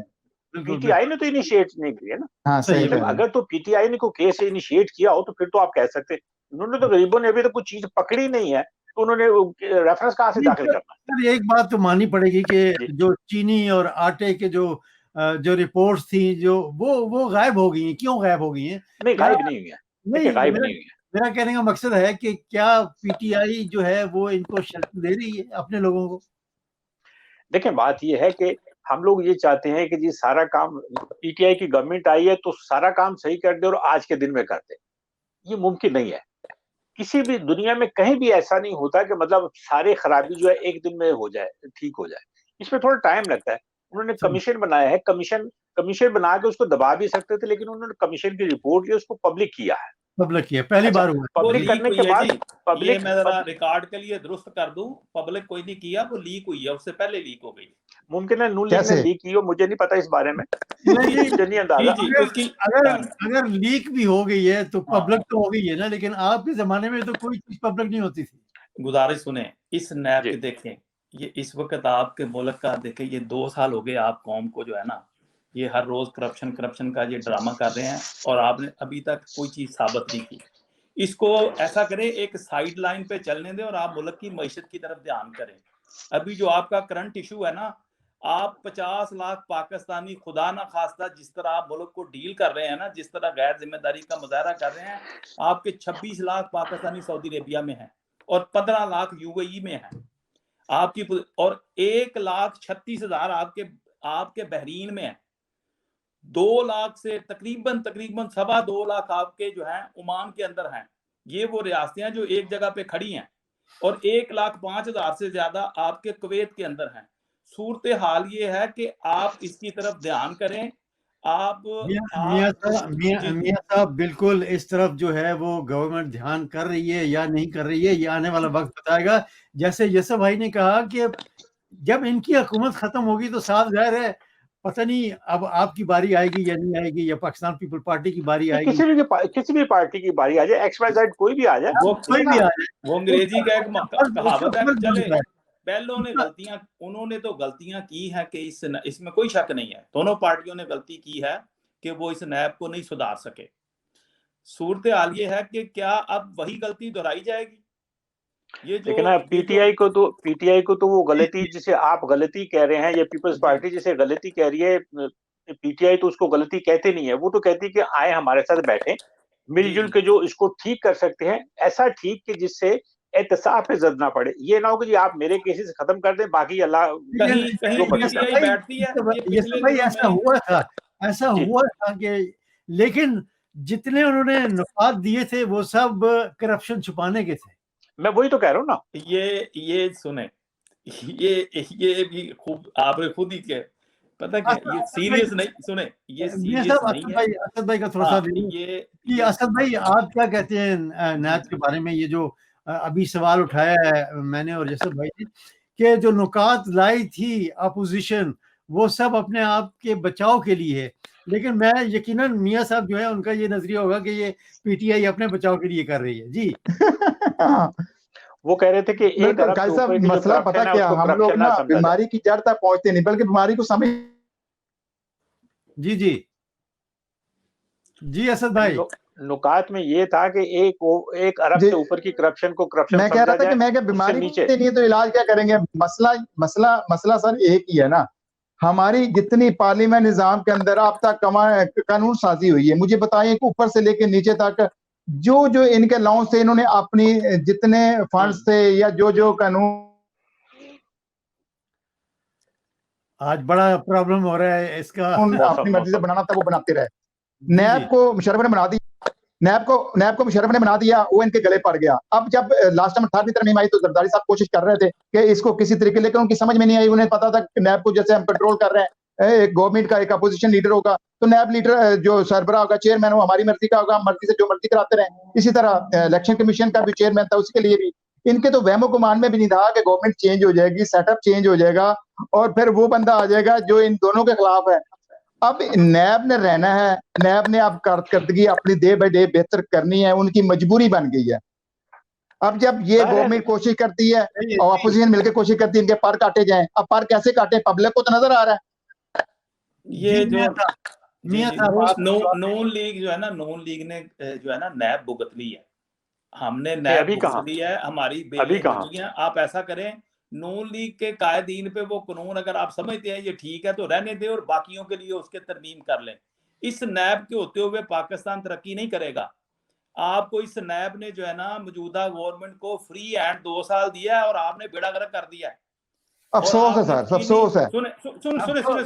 सुने अब मैंने बात आपकी सुनी है ना, सुने जी सुना। आपके नाक के नीचे से जगीर तरीन साहब आके इधर आके 8 एकड़ के घर में रह रहे हैं, नैब किधर है? नहीं मियां इतना बड़ा बहरान आया, नैब किधर है? मियां साहब आप सिर्फ जगीर तरीन पर ये नहीं कह सकते, आपके मियां नवाज शरीफ साहब भी यहीं पर हैं, उनके दोनों बेटे भी यहीं पर हैं, शहबाज यहीं पर है। और फिर जहांगीर तरीन पे तो अभी कोई केस भी नहीं बना, जहांगीर तरीन पे तो अभी कोई केस भी नहीं बना। जहांगीर तरीन ने 35 साल हुकूमत नहीं की सर। जी बात सुने, जहांगीर तरीन को 35 साल से हुक्मरान नहीं रहा था। हमने तो हुक्मरानों से पूछना है ना जिन्होंने मेरे और आपके 25-30-35 साल खा लिए सर। करप्शन सर बेसिक हमारे मुल्क, हालांकि ये कहते हैं, मुझे ना उनका बड़ा अफसोस हुआ आपके ना जो साहब वजीर आजम साहब, उन्होंने कहा जी नैब रहेगी तो मुल्क नहीं रहेगा। यार खुदा का खौफ करो यार, दुनिया के मुल्क जितने भी आज खुशहाल हुए हैं, वो चाइना की मिसाल ले लें यार, वो करप्शन के ऊपर उन्होंने सजाएं रखी। जिस मुल्क में चेक एंड बैलेंस नहीं है, निगरानी नहीं है, करप्शन के ऊपर पकड़ नहीं है, वो मुल्क कैसे चलेंगे सर? आप मुल्क की इकोनॉमी को माइनस में ले गए हो। 70 साल में 74 साल में पहली मर्तबा ऐसा हुआ है और अभी आप लोगों को अभी भी कोई एहसास पैदा नहीं हुआ। मियां साहब माइनस में कैसे चलेंगे? बेरोजगारी का मियां साहब जरा दोहराइएगा, माइनस क्या होगा? माइनस में कैसे चलेंगे गवर्नमेंट ये जो बिजनेस को? इस मर्तबा आपकी क्या है, आपकी आप बताएं ग्रोथ क्या है, किधर है ग्रोथ आपकी? ग्रोथ सारी दुनिया में देखे ना, ग्रोथ सारी दुनिया में कम है।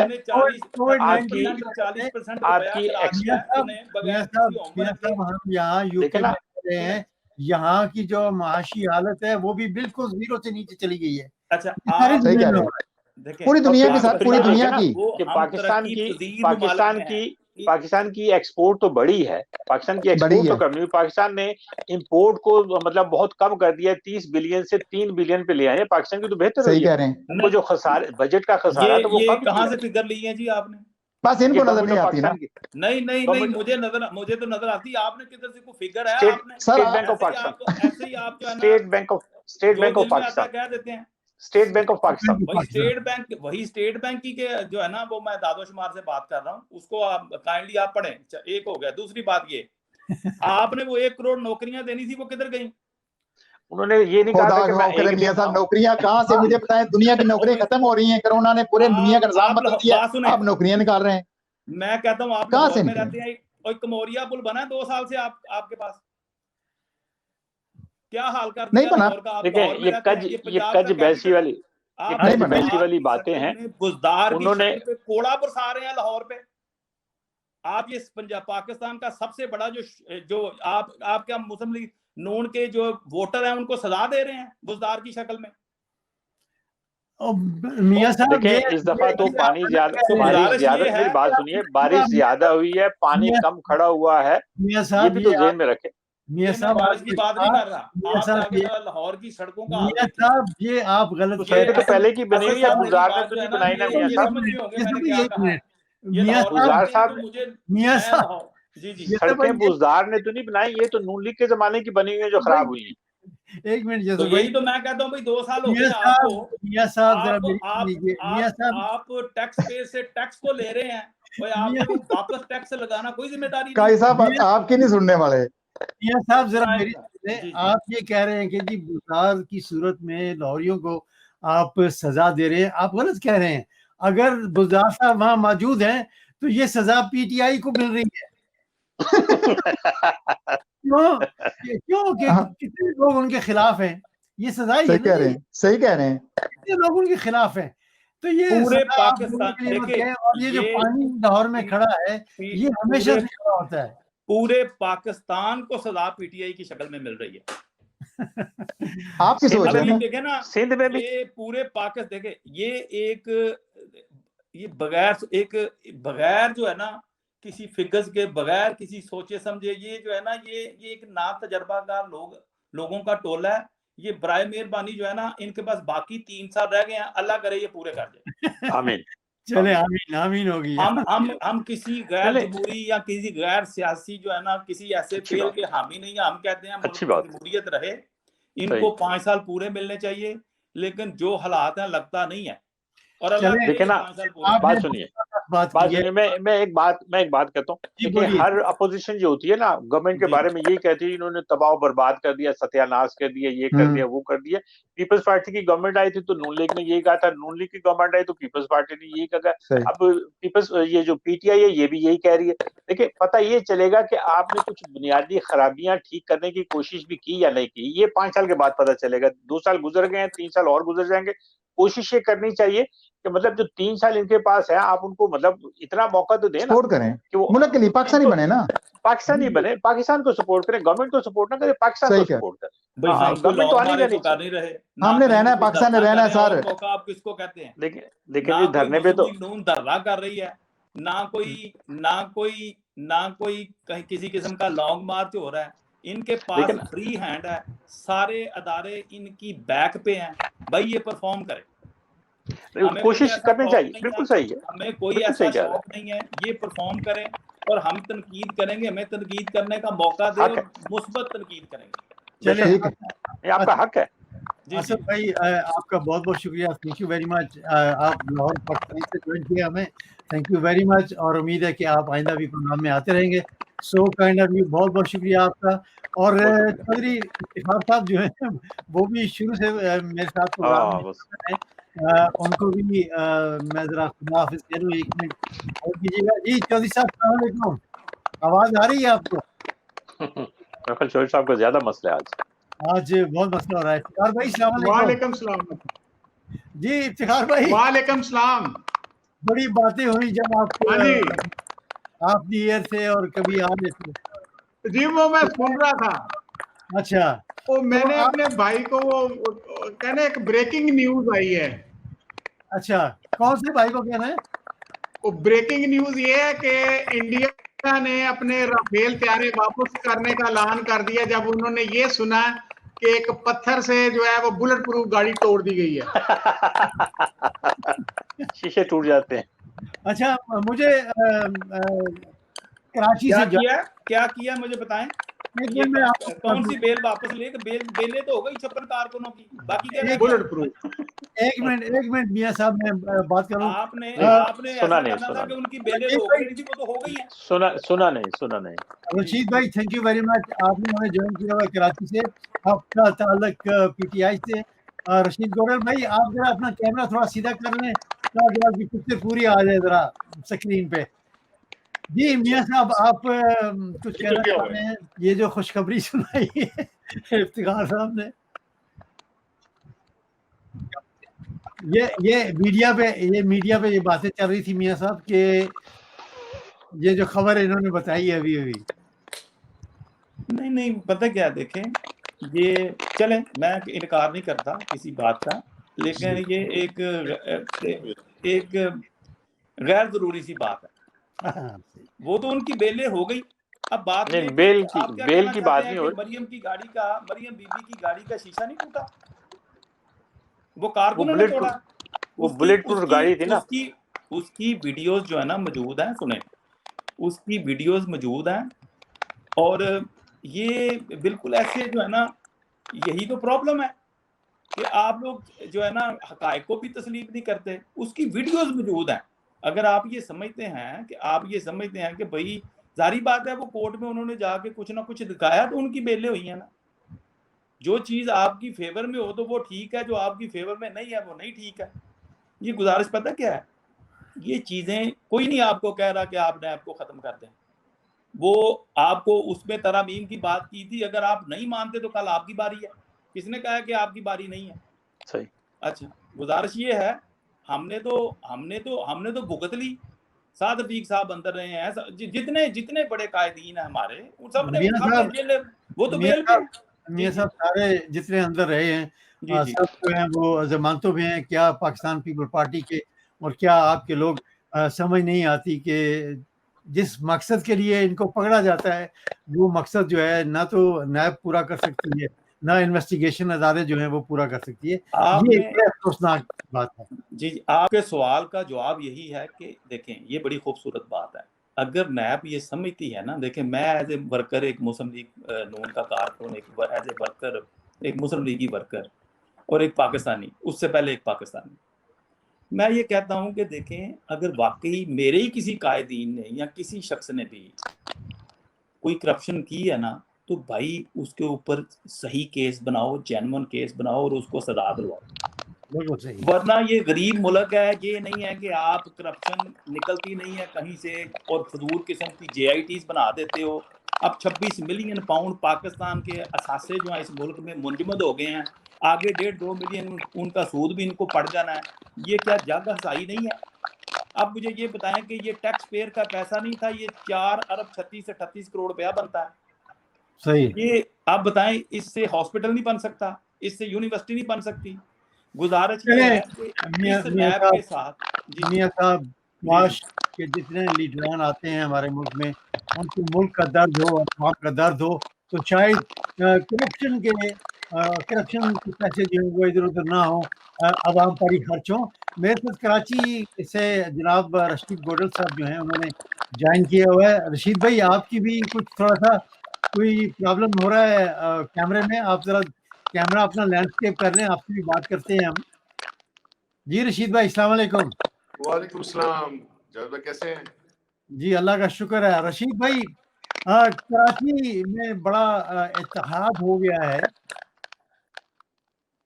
जी आप क्या समझते हैं कि पाकिस्तान पीपल पार्टी, NQM और PTI मिलके कराची के जो मामलात हैं वो हल कर सकते हैं? क्या ये साथ चल सकते हैं एक दूसरे के?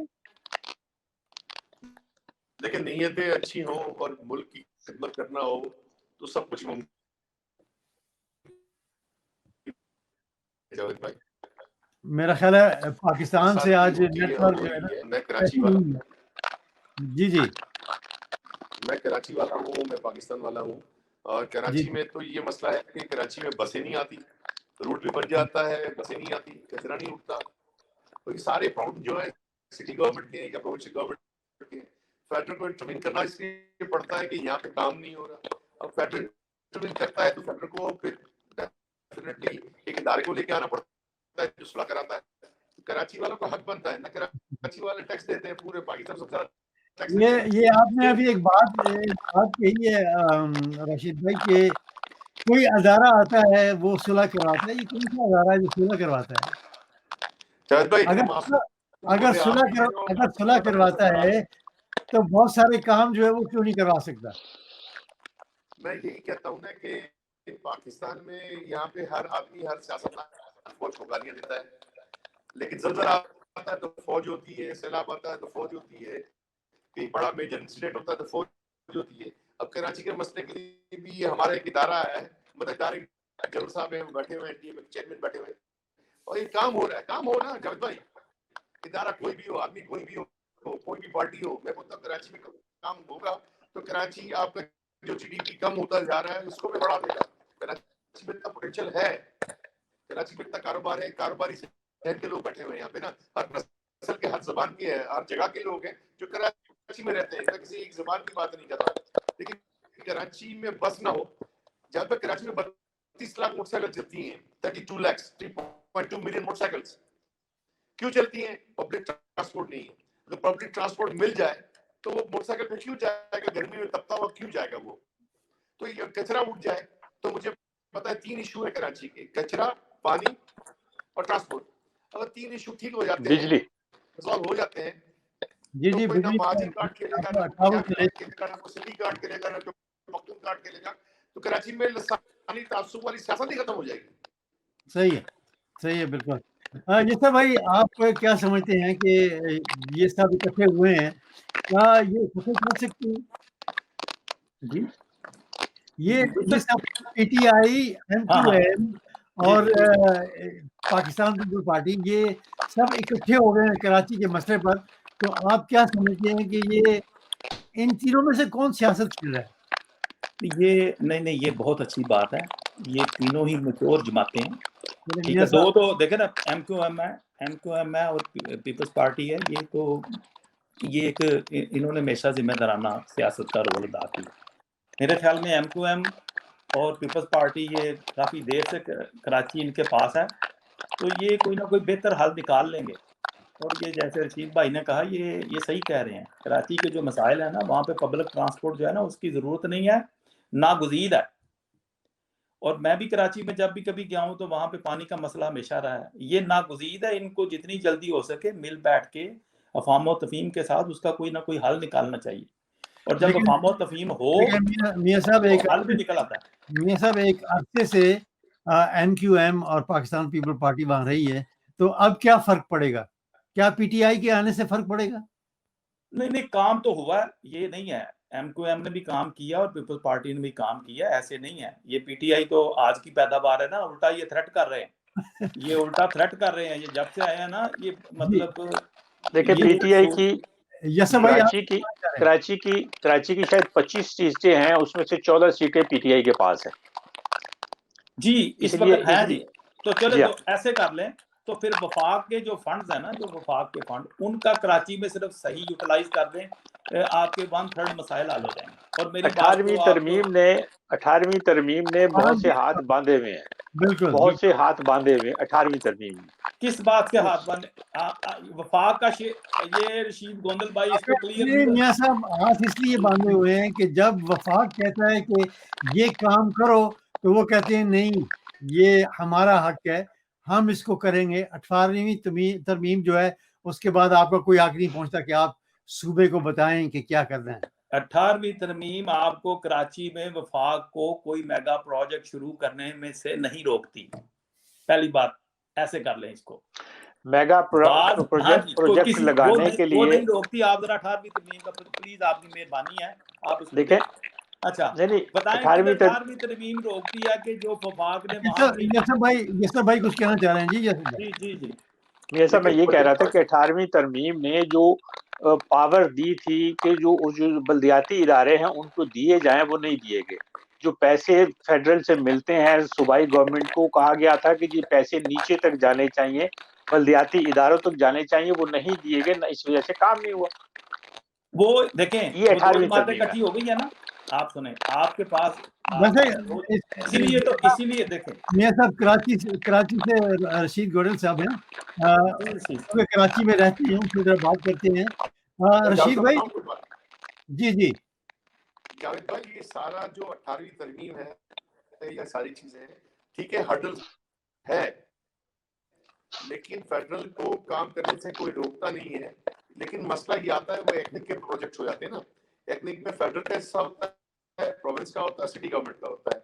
अब मसला ये है कि सिटी गवर्नमेंट और प्रोविंशियल गवर्नमेंट अपना फर्ज पूरा नहीं करते।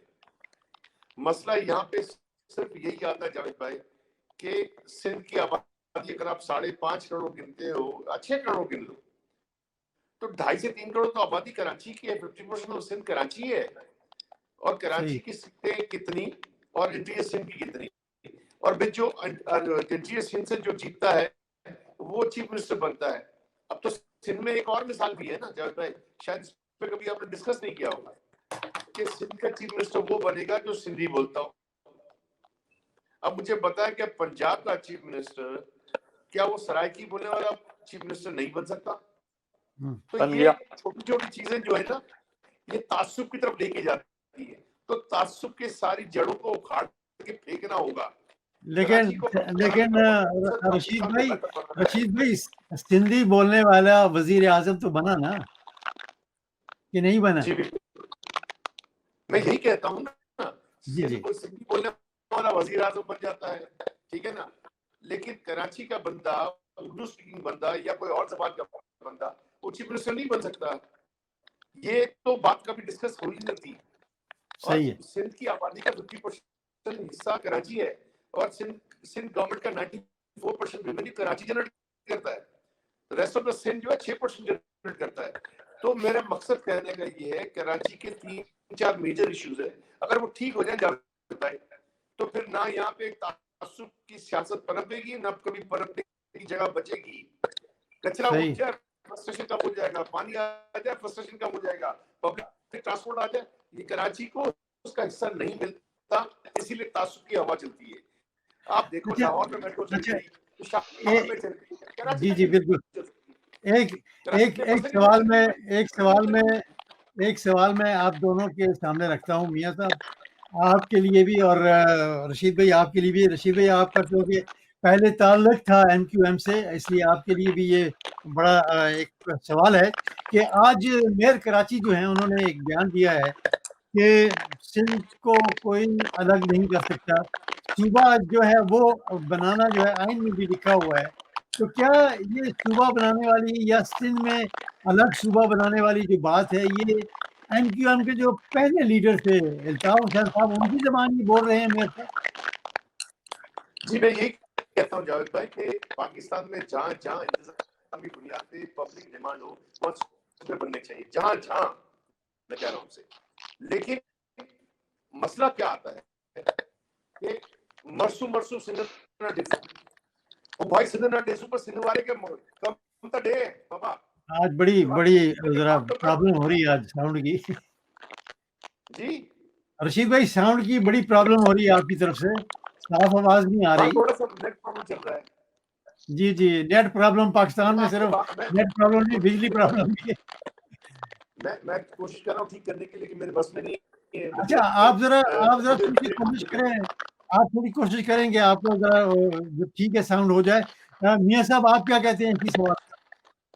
देखिए जी, जहाँ तक कुछ गैर जिम्मेदाराना कराची के मामले में, ये पाकिस्तान का जो है ना सबसे ज्यादा रेवेन्यू जनरेट, मुल्क का 70% रेवेन्यू जनरेट करने वाला सूबा है ये कराची शहर है। सिंध की बात हो रही, सूबे के वाले सिंध। जी अब वहां पे जो जिस तरह की आपको पता है कि पीछे गैर जिम्मेदाराना सियासत हुई है, उसके बाद तो जब तक ये माहौल सही नहीं होगा, ये पॉसिबल नहीं है कि कोई भी लोग शक शुबात की जो है ना, ये जब तक ये साए दूर नहीं ना होंगे तब तक ये अलग सूबे वाला जो इशू है ना, इसको ये ऐसे ही रहेगा। ये आप समझ लें कि इसके चांसेस नहीं है। हाँ, ये जो है ना, जैसे 2 बड़ी सियासी जमातें कराची की या 3 बड़ी सियासी जमातें जो है ना, इनको जब ये आपस में अफवाह तफहीम की और बात जो फैसला कर ले कि किन इश्यूज पे जो है ना, देखें जैसे कश्मीर के इशू में पूरी कौम एक है, जो कराची के मसाइल के जैसे पानी, सफाई का मसला है, वहां पे पानी का मसला है, अभी बिजली का मसला क्रिएट हो गया है, ट्रांसपोर्ट का मसला है, ये जो 4-5 और तजावजात का वो तो सुप्रीम कोर्ट के आर्डर है। ये 4-5 इशू पे सियासत करना जो है ना, एक इसको अपना चार्टर तय कर ले, सही। और कराची के आधा मसला तो यहाँ से ही हल हो जाएगा। ठीक है। अब आपका पहला सवाल था 18वीं तरमीम का। हाँ जी, जी बोलिए। जी, सूबों के पास इसमें कोई शक नहीं है, बड़ी ताकत है। वो है कि असल में वफाक के पास फिर फंड्स थोड़े बचते हैं, ये उसका ये इशू है। लेकिन इसका मतलब ये नहीं है कि वफाक की जिम्मेदारी खत्म हो जाती है। अगर आप चीफ मिनिस्टर को साथ लेके चले, या उनके अंदर अगर आपके अंदर ये गैट्स हैं, अगर आपके अंदर, तो सियासत में फिर आप कोई ना कोई बंद गली से रास्ता निकालें। ये नहीं है कि आप जनाब एक चीज हुई है पहले, उस पर पूरी कौम ने, पूरी पार्लियामेंट ने फैसला दे दी हुआ है और आप जनाब उस पर चढ़ दौड़ते हैं। कोई भी मामला होता है आप 18वीं तरमीम की तरफ चले जाते हैं। जी, इसमें कोई शक नहीं कि हो सकता है अगर अफामो तफहीम से अगर सारे लोग उस पर मुतफिक हैं 18वीं तरमीम में, तो अभी जब नहीं है तो भाई कोई और रास्ता तलाश करो। सही है। तो ये कराची का मसला, उसकी बुनियादी जरूरियात जो है ना, उसकी आवाम को देने के बगैर उसका कोई हल नजर नहीं आता। और ये जो सूबे वाला इशू है, ये बात की बात है, ये जब जो है ना कराची की फजा साफ होगी, क्यों नहीं जी, ये हमारे भाई हैं, इसमें ये पाकिस्तानी नहीं है, कराची के सारे उर्दू स्पीकिंग हमारे भाई हैं। सही है। ये सब भाई आपको लेकर आता हूँ, आप भी थोड़ी सी रोशनी डालिएगा कि ये एक साथ कर सकेंगे या नहीं। तो फिर आप भी बड़ी देर से मेरे साथ हैं, तो आखिरी सवाल आपके लिए है कि क्या वाकई ये 3 पार्टी जो हैं कराची में कुछ अच्छा करने जा रही हैं या नहीं? देखिए, मेरा ख्याल है कि अल्लाह अगर करम करे और ये तीनों पार्टियां जो है नेक नियति से काम करें, तो बहुत से मसाइल हमारे हल हो सकते हैं, इसमें कोई शक नहीं है। मसाइल बहुत गंभीर हैं, लेकिन कोई वजह नहीं है कि अगर तीनों पार्टियां सिंसियर हो जाएं, ईमानदारी से, पॉलिटिक्स से ऊपर होके, सियासत से ऊपर होके मुल्क का सोचें, कराची का सोचें, तो ये मसले यकीनन हल हो सकते हैं। लेकिन इसमें अगर किसी को ये है कि जी मेरा वोट बैंक कम हो जाएगा, मेरा वोट बैंक खराब हो जाएगा, ये मैं दूसरों को क्या मुंह दिखाऊंगा, तो जाहिर है फिर अगर किसी ने भी इसमें मतलब तासुब दिखाने की कोशिश की किसी भी हवाले से, सूबाई तासुब या जबान का तासुब या किसी और तासुब से, तो फिर काम नहीं हो सकता। लेकिन मुझे उम्मीद है कि मतलब जिस तरह से अब देखें ना, आज सुबह जो प्रेस कॉन्फ्रेंस थी मुराद अली शाह साहब की, जाहिर है उससे थोड़े से कुछ डाउट्स क्रिएट हुए हैं, बिल्कुल उन्होंने जिस हुए हैं। अब जाहिर है एक चीफ मिनिस्टर को इस तरह से नहीं बातें करनी चाहिए थी और जरा तहम्मुल से काम लेना चाहिए था। तो मुझे लेकिन अभी भी उम्मीद है कि मतलब अगर तीनों पार्टियां, पीपल्स पार्टी भी और पीटीआई भी और एमक्यूएम का हिस्सा जाहिर है कराची की हद तक ही होता है, आमतौर पर सबका हैदराबाद थोड़ा सा, तो इस वजह से मतलब कोई वजह नहीं है कि हम ये काम ना कर सकें। इससे बड़ा मसला था जो लॉ एंड ऑर्डर की जो सिचुएशन थी, वो जाहिर है इससे भी बड़ा मसला था। सही है, जब हमने मिलजुल के और मतलब इफाम और तफहीम से वो काम कर लिया, तो कोई वजह नहीं कि ये ना कर सके। बिल्कुल। जैसे भाई मतलब बड़ी तकलीफ की बात ये है कि पीटीआई के शेर जमान साहब जो हैं कराची में, उन्होंने कहा जी कि अगर पीपल पार्टी जो है वो सही रास्ते में न चली तो फिर डंडा निकलेगा। इस किस्म की लैंग्वेज जो है, देखिए नामाकूल लोग जो ना हर पार्टी में होते हैं। सही है, पीपल्स पार्टी में भी हैं, एनपीएम में भी हैं, पीटीआई में भी हैं, नून लीग में भी, हर जगह होते हैं। लेकिन जो प्रिवेल करते हैं ना, वो वही लोग होते हैं जो सेंसिबल होते हैं, जिम्मेदार होते हैं। ये जो सियासी बयानबाजी है, बहुत से लोग ऐसे हैं कि जो हर पार्टी के लिए बोझ हैं, लेकिन बावजूद वो उन पार्टियों में शामिल हैं, पार्टियां उनको बियर कर रही हैं। लेकिन ऐसे नामाकुल लोगों की बातों पर ध्यान देना चाहिए। हमें जो नेक नियति से देखना चाहिए कि काम करना है, पाकिस्तान के लिए करना है और कराची को बेहतर करना है। सही है। यसर भाई आपका बहुत बहुत शुक्रिया। Yasir Tamanna from London, thank you so much. आप जर्नलिस्ट हैं और माशाल्लाह शायर भी बड़े अच्छे हैं। आपसे इंशाल्लाह आइंदा भी बात होती रहेगी। बहुत बहुत शुक्रिया, थैंक यू वेरी मच, बहुत शुक्रिया जी। जी ये तो थे यसर तमन्ना साहब जो कि लंदन से हमें ज्वाइन किया था। मैं आपकी तरफ आता हूँ अगेन। रशीद भाई, आपका कुछ साउंड प्रॉब्लम जो है सॉर्ट आउट हुआ कि नहीं? अभी तक वॉइस का ऐसा ही है। कराची की आवाज भी थोड़ी कम असर करती है ना जावेद भाई? जी जी, मैंने आपसे जो सवाल किया था, वो ये था कि क्या जो मेयर कराची हैं वो अल्ताफ की बात कर रहे हैं, अल्ताफ हुसैन की जो माइंड है वो सोच करके ये बात कर रहे थे। आप क्या समझते हैं सूबा बनाने की जो है? लेकिन जावेद, तो मैंने आपसे कहा कि पब्लिक डिमांड करती है पूरे पाकिस्तान में जहां जहां इंतजामी बुनियाद पे लोगों को सहूलत देने की बुनियाद पे, सवाल ये बनता है लोगों को सहूलत। अब थरपारकर है, अगर थरपारकर और बदीन के लोग सूबा मांगते हैं और वहां की मेजॉरिटी मांगती है, तो पब्लिक की राय का एहतराम करना चाहिए। ऐसे मुल्तान साइड पे है, भावलपुर साइड पे है।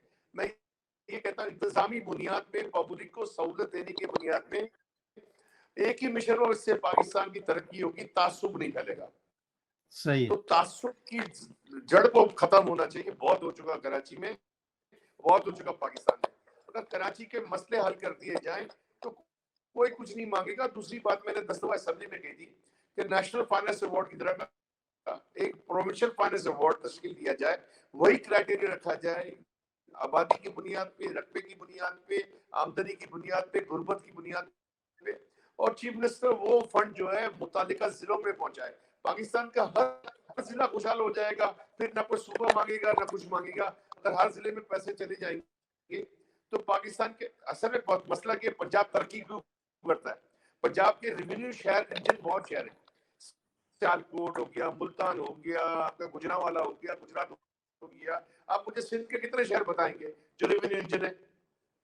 सही है, बिल्कुल सही है। रेवेन्यू इंजन शहर बनाने के लिए आपको प्रोविंशियल फाइनेंस अवार्ड उन्हीं शहर पे जिस तरह नेशनल फाइनेंस अवार्ड हुआ है, ताकि उन जिले में पैसे जाएं, तो फिर किसी को शिकायत ना हो कि एक चीफ मिनिस्टर लाहौर का है तो लाहौर में पैसा लगाएगा, एक चीफ मिनिस्टर कोयटा का है तो कोयटा में पैसा लगाएगा, सिंध का है तो कराची से ताल्लुक रखता नहीं है तो अपने। लेकिन सिंध में तो और ही ढेले पे ढेला था कि पैसे लाड़काना के नाम पे रखे जाते। हमें कोई एतराज नहीं अगर लाड़काना रेवेन्यू इंजन शहर बनता है, पैसे रखे जाते, खर्च हो जाते, कहीं और चले जाते, कहीं खर्च हो जाते हैं, पता नहीं चलता। चाहिए बिल्कुल पता नहीं चलता। जब तक हमारे सिस्टम में ट्रांसपेरेंसी नहीं आएगी, बिल्कुल पैसा पैसा कहाँ खर्च हो रहा है, कैसे खर्च हो रहा है, तब तक मुल्क नहीं तरक्की करेगा। जावेद रशीद भाई, भाई, जी जी पाकिस्तान का रेवेन्यू इंजन शहर, मैंने एक तो असेंबली में कहा था कि पाकिस्तान के 2 कैपिटल बना दिए जाए, एक इस्लामाबाद कैपिटल है, एक इकोनॉमिक कैपिटल कहलाया जाए, और जो भी प्राइम मिनिस्टर उस वक्त का हो वो महीने में 7 दिन कराची आके रुके। तो मैं कोई तासुब की बुनियाद पे नहीं कह रहा हूँ, मैं सही है, कहता हूँ जब रेवेन्यू यहाँ से जनरेट होता है तो आप इसको और फैसिलिटेट करो तो और पाकिस्तान को कमा के देगा ना, बिल्कुल सही है, बिल्कुल सही पाकिस्तान है, को कमा के देगा। मेरा मुल्क मजबूत। आज दुनिया की सियासत कुछ भी चीज नहीं है, दुनिया की सही है, इकोनॉमी सियासत चलाती है। तो हमारी बिल्कुल इकोनॉमी मजबूत हो जाए तो हमें कभी किसी और मुल्क के तले नहीं चढ़ने पड़ेंगे कि वो बिल्कुल 2 बिलियन रखाएगा, डॉलर रखाएगा और रातों रात $2 बिलियन मांग देगा, कोई $1 बिलियन का उधार दे देगा और उधार पैसे सही है, मांग देगा। बिल्कुल हमें तले नहीं बिल्कुल चढ़ने पड़ेंगे किसी के। बिल्कुल सही है। रशीद भाई, आपका बहुत बहुत शुक्रिया, thank you very much for joining, and इंशाल्लाह आइंदा भी आपसे बात होती रहेगी। बहुत बहुत शुक्रिया, थैंक यू वेरी मच। अल्लाह हाफिज जी, बहुत शुक्रिया जी। ये तो हमारे साथ थे रशीद गोडल साहब, all the way from Karachi, PTI से इनका ताल्लुक है। अब रह गए मैं और मियाँ साहब। मियाँ साहब, अब आप खुल के मेरे साथ बात करें कि देखें, मैं और आप, मेरा ख्याल है कि जैसे ये लोग कहते हैं ना पॉलिटिशियंस, कि एक पेज पर हैं, मैं और आप भी एक पेज पर हैं कि पाकिस्तान में करप्शन तो हुई है, चाहे वो किसी सतह पर भी हुई है। बिल्कुल होती है जी करप्शन, मुल्क में करप्शन है और उसके लिए अदारा भी होना चाहिए, भले ने भी हो, जो मर्जी हो, ये कोई जरूरी नहीं है, कोई ना कोई एंटी करप्शन अदारा तो होना चाहिए। लेकिन उसके मियां बगैर साहब, जो अदारा हमारा है इस वक्त नाब का, उसको आप समझते हैं कि आपसे और पीपल पार्टी से ये कुछ गलती हुई है कि आप उसको सही कर नहीं सके, उसको स्ट्रांग बना नहीं सके? ये गलती क्या है, ये ह्यूज गलतान है। अच्छा, असल में ये गलती तो छोटा लफ्ज है, ये उसी को तो भुगत रहे हैं सारे आप। अभी अभी देखे ना, अभी मौका है ना, आप इस अदारे को, जो जो इसके अंदर खामियां हैं, जहां जहां सुकम है, उसको आईनी तरीके से, पीपल्स पार्टी भी ऑन बोर्ड है, मुस्लिम लीग नून भी है, पीटीआई भी है, ये जो खामियां हैं इसको दूर कर लिया जाए। और सही। इसमें ये ना देखा जाए कि देखें, अब देखें सियासी करप्शन को, पॉलिटिशियन को पूरे मुल्क में गंदा किया जा रहा है। वो जो बाकी लोग पूरे मुल्क के अंदर हैं, वो जो ब्यूरोक्रेट्स हैं, वो जो जनाब और दूसरे अदारों के बिल्कुल पर्सनल ऐसे हैं, ही है, वो बिल्कुल दूसरे, ऐसे। वो तो भाई वो सारे निकल जाएंगे। लेकिन ये जितने पॉलिटिशियंस हैं, हाँ वो पीटीआई में हैं, जी जी पाकिस्तान पीपल पार्टी में हैं या नून में हैं, उनको चाहिए कि कानून इस किस्म के बनाएं कि वो चाहे एमएनए हो, चाहे एमपीए हो, या एक ऑर्डिनरी शख्स हो, उस पे बराबर लागू हो। इस किस्म के कानून बनाने चाहिए। ये एक ही शक्ल में मुमकिन है कि आप अपने जो अदारे हैं ना, ये सबसे आपको अपने अदारों को पोलिटिसाइज होने से बचाना पड़ेगा। जो पोलिटिसाइज हो गए हैं उनकी रीस्ट्रक्चरिंग करनी पड़ेगी। तो ये मियाँ साहब, ये कसूर किसका है?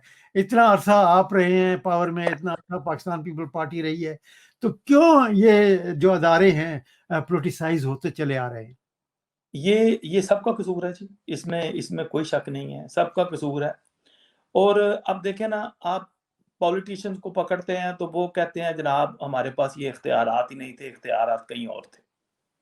ये जब तक ये डिसाइड नहीं होगा कि किसका क्या काम है और वो काम करे, उस वक्त तक इस बात का तयन करना इंतहाई मुश्किल है कि भाई किसका कसूर है। कसूर सबका है, अदारों का भी है, सियासतदानों का भी है, और अगर कोई बेकसूर है तो वो अवाम है कि अवाम जिनको, हाँ, और अवाम इसको, लेकिन और at the end of the day, at the end of the day जो जी सफर जी करते हैं वो तो अवाम ही है ना। वो अवाम है। आप देखें ना, अगर मैं अच्छा हुआ, मतलब आपकी बड़ी मेहरबानी, मुझे आपकी वजह से ये मौका। हमें पाकिस्तान में, हम यूके में इस वक्त, आप यहाँ पे बताएं कि इस मुल्क की कामयाबी क्या है। सही मानों में पॉलिटिकल पार्टीज यहाँ पे हैं, अदारे अपना काम कर रहे हैं। आप देखिए हमारे यहाँ जो है ना, ये लाइक डिसलाइक की जो है ना, ये अपॉइंटमेंट्स और सिविल सर्वेंट, नहीं, वो भी सारा हमारे यहाँ मियाँ साहब, बड़ी माजरत के साथ, ये है कि पहले वालिद साहब आएंगे, फिर बेटा आएगा, फिर उसका बेटा आएगा। इसी तरह दूसरी तरफ है, जो अभी तक जो 2 पार्टियां थी, अब पीटीआई हुकूमत में है। ये आने वाला वक्त बताएगा। ये भी 5 साल जब पूरे कर चुके होंगे तो मैं इंशाल्लाह यहाँ पर बैठकर इन पर भी तनकीद हो रही होगी। अभी भी कोई गलत काम होता है तो इन पर तनकीद हम जरूर करते हैं। देखें, सियासी कायदीन के बच्चों को सियासत में आने का हक है, इसके मैं खिलाफ नहीं हूँ, लेकिन मेरिट पे बिल्कुल सही है। ठीक है जी। अब देखें, अगर वो मेरिट पे आते हैं तो उस पर कोई बुराई नहीं है। अब मैं छोटी सी मिसाल देता हूँ, मैं किसी का नाम लेके करूंगा तो वैसे होगा लाइक डिस। मैंने हम लोगों ने काम, मैं 1985 से जब टी था तो उस वक्त से मतलब मुस्लिम लीग नून की खिदमत कर रहा हूँ किसी न किसी शक्ल में। उससे पहले पढ़ता था तो वाला साहब वो भी मुस्लिम लीगी थे तो उनके साथ भी था। तो इससे पहले मतलब फैमिली जनरेशन से गुजारिश ये है, कायदीन के बच्चों को सियासत में आने का हक है, लेकिन मेरिट पे। और ये जो और दूसरी शक्ल में, अगर आपने पाकिस्तान को सही मानों में पाकिस्तान बनाना है तो आपको सियासी जमातों को सही सियासी जमातें बनाना होगा। आप देखें आप क्या हो रहा है कि आप देखें, अगर लेकिन की जो क़यादत है हमारी, आपकी बात मैं काट रहा हूँ, जी, आप ये नहीं समझते कि आपने अभी कहा कि जी मेरिट पे आना चाहिए बच्चों को, लेकिन आप ये नहीं समझते कि जब मैं बड़ी मादरत के साथ ये पहले भी कई बार बात कर चुका हूँ कि अगर बिलावल खड़ा होगा सामने तकरीर कर रहा होगा तो पीछे ऐसे ऐसे नाम खड़े होंगे जो उससे बहुत कदावर हैं, लेकिन उनको आगे नहीं आने दिया जाता एज ए लीडरशिप। इसका हल ये है, कि सही मानों में सियासी जमात का क्या सही है। इसका एक ही हल है कि अगर आप चाहते हैं कि बिलावल के सामने कोई दूसरा मुतवस्सित तबके से बंदा आकर नहीं बात कर सकता या बड़े बड़े लीडर नहीं बात कर सकते, उसकी वजह क्या है? उसकी वजह है कि सही मानों में सियासी जमात हमारे यहाँ है ही नहीं है, सिलेक्शन है, और उसके लिए कई तरह के मतलब एक्सक्यूजेस पेश किए जाते हैं। आप देखें ना, अब आप सियासी जमातों के कायदीन वो अपनी जगह पे किसी हद तक ठीक है कि फिर जो है ना जब नॉमिनेशंस नहीं होती, इलेक्शन होते हैं तो ग्रुपिंग होती है। अब देखिए पीटीआई के साथ क्या हुआ था, ये जगीर तरीन साहब के बारे में और इनके और हामिद खान साहब पार्टी में बनते हैं। जी जी बिल्कुल। जस्टिस वजीउद्दीन ने, आपको याद होगा कि उन्होंने कहा मैंने उनका इंटरव्यू किया हुआ है। हाँ, इसी मसले पे जब वो छोड़ के गए थे। जी जी। तो उसमें जस्टिस वजीउद्दीन साहब ने उस वक्त ये उनकी रिकमेंडेशन दी कि ये लोग इनको निकाल दो। बिल्कुल। और आप देखें कि कितनी देर के बाद, क्यों, और वो जेन्युइन आदमी था। बात ये है कि जब आप, इसका हल ये है कि आप सियासी जमातों को सही सियासी जमातें बनने दें और उनमें जो काबिल लोग हों उनको सामने लाया जाए। वो ऑटोमेटिकली देखें वो ऑटोमेटिकली आ जाएंगे। वो ऑटोमेटिकली जो है ना, जब निचली लेयर आ जाएगी, एक तो प्लस ए की आदत है, फिर उसके नीचे ए आ जाएगी, फिर बी प्लस बी आ जाएगी, बी आ जाएगी। लेकिन यहाँ तो निचली की आदत, ऊपर की आदत निचली फैमिली से आ रही है। जी जी जी, उसकी वजह ये है। जी जी जी, वजह ये है कि हमारा निजाम जो है ना, जी जी, वो अब देखेंगे, इस वक्त असेंबली चल रही है, आपके सामने है, और आप देख लें कि कितने बिल असेंबली से पास हो रहे हैं। कितनी मरतबा प्राइम मिनिस्टर साहब जनाब, कितनी मरतबा खान साहब जो है ना पहले भड़के लगाया करते थे कि मैं हर बात असेंबली में करूंगा। बिल्कुल उन्होंने ये कहा था, यकीनन मैं आपसे इत्तेफाक करता हूँ इस बात पे कि उन्होंने कहा था कि मैं असेंबली में आऊंगा, क्वेश्चन आवर होगा, लोग सवाल करें मुझ पे, मैं जवाब दूंगा, ये सब उन्होंने कहा था। लेकिन अनफॉर्चुनेटली ऐसा नहीं हो रहा। एक और बात है, कितनी खतरनाक बात हुई है कि पब्लिकली फॉरेन मिनिस्टर ने बयान दिया, उसके बाद हम एक्सप्लेनेशन हमारा दफ्तर खारजा पेश कर रहा है, वहां पे कश्मीर की मसले में तमाम सियासी जमातें और पाकिस्तान की अवाम एक ही पेज पे है। अगर उस पे सऊदीया हमारा साथ नहीं देता तो हम फिर हुकूमत के साथ खड़े हैं। इस पे पूरी अपोजिशन और आवाम जो है खड़ी होनी चाहिए। कश्मीर के मसले पे और फलस्तीन के मसले में इसकी कोई दो राय नहीं है, हम साथ खड़े होंगे, लेकिन किसी को इत्मीनान में नहीं लिया गया। और अब सूरत हाल ये है, कोई होमवर्क भी नहीं है। आप देखें, जैसे मैंने पहले भी आपको दादोशुमार बयान किए, जो मैंने देखा। लाइट चली गई आपकी? नहीं, ये लाइट वो नहीं, मैं इधर ही। अच्छा, वो ये था जी जी, वो ये था कि मैं 1 मिनट लाइट जला लेता हूँ, 1 मिनट। चलें ठीक है, आप लाइट जलाएं। बहरहाल बड़ी अच्छी गुफ्तगू जो हो रही है। अच्छा, अब आप देखें, दूसरे जो शामिल थे प्रोग्राम में वो नहीं है, लेकिन जो भी शामिल होते हैं उनका मैं बहुत बहुत शुक्रिया अदा करता हूँ, अपना टाइम निकालते हैं। आज हमारे साथ लॉर्ड नज़ीर अहमद साहब थे, उनका भी मैं बहुत बहुत शुक्रगुजार हूँ कि उन्होंने अपना कीमती वक्त जो है वो प्रोग्राम के लिए दिया। जी मियां साहब। अच्छा जी, अब आप देखें, कश्मीर के मामले में पूरी कौम एक पेज पे है, फलस्तीन के मामले में पूरी कौम एक पेज पे है। हमारे यहाँ क्या हो रहा है अब हमने 1 साल हमें मिला है, उस पे हम लोगों को चाहिए था कि हम फौरन काम करते। अब 26 लाख पाकिस्तानी सऊदी अरेबिया में है, 15 लाख यूएई में है, और ये सालाना सिर्फ 2 मुल्क $9 बिलियन रेमिटेंस भेजते हैं। अब खुदा ना खास्ता लेकिन मियां साहब आप ये नहीं समझते कि हमारी हुकूमत जो है वो इस वजह से ब्लैकमेल ना हो, कोई ना कोई। डॉक्टर इकबाल ने एक बात कही थी, है जुर्मे ज़ईफी की सजा मर्गे मफाजात।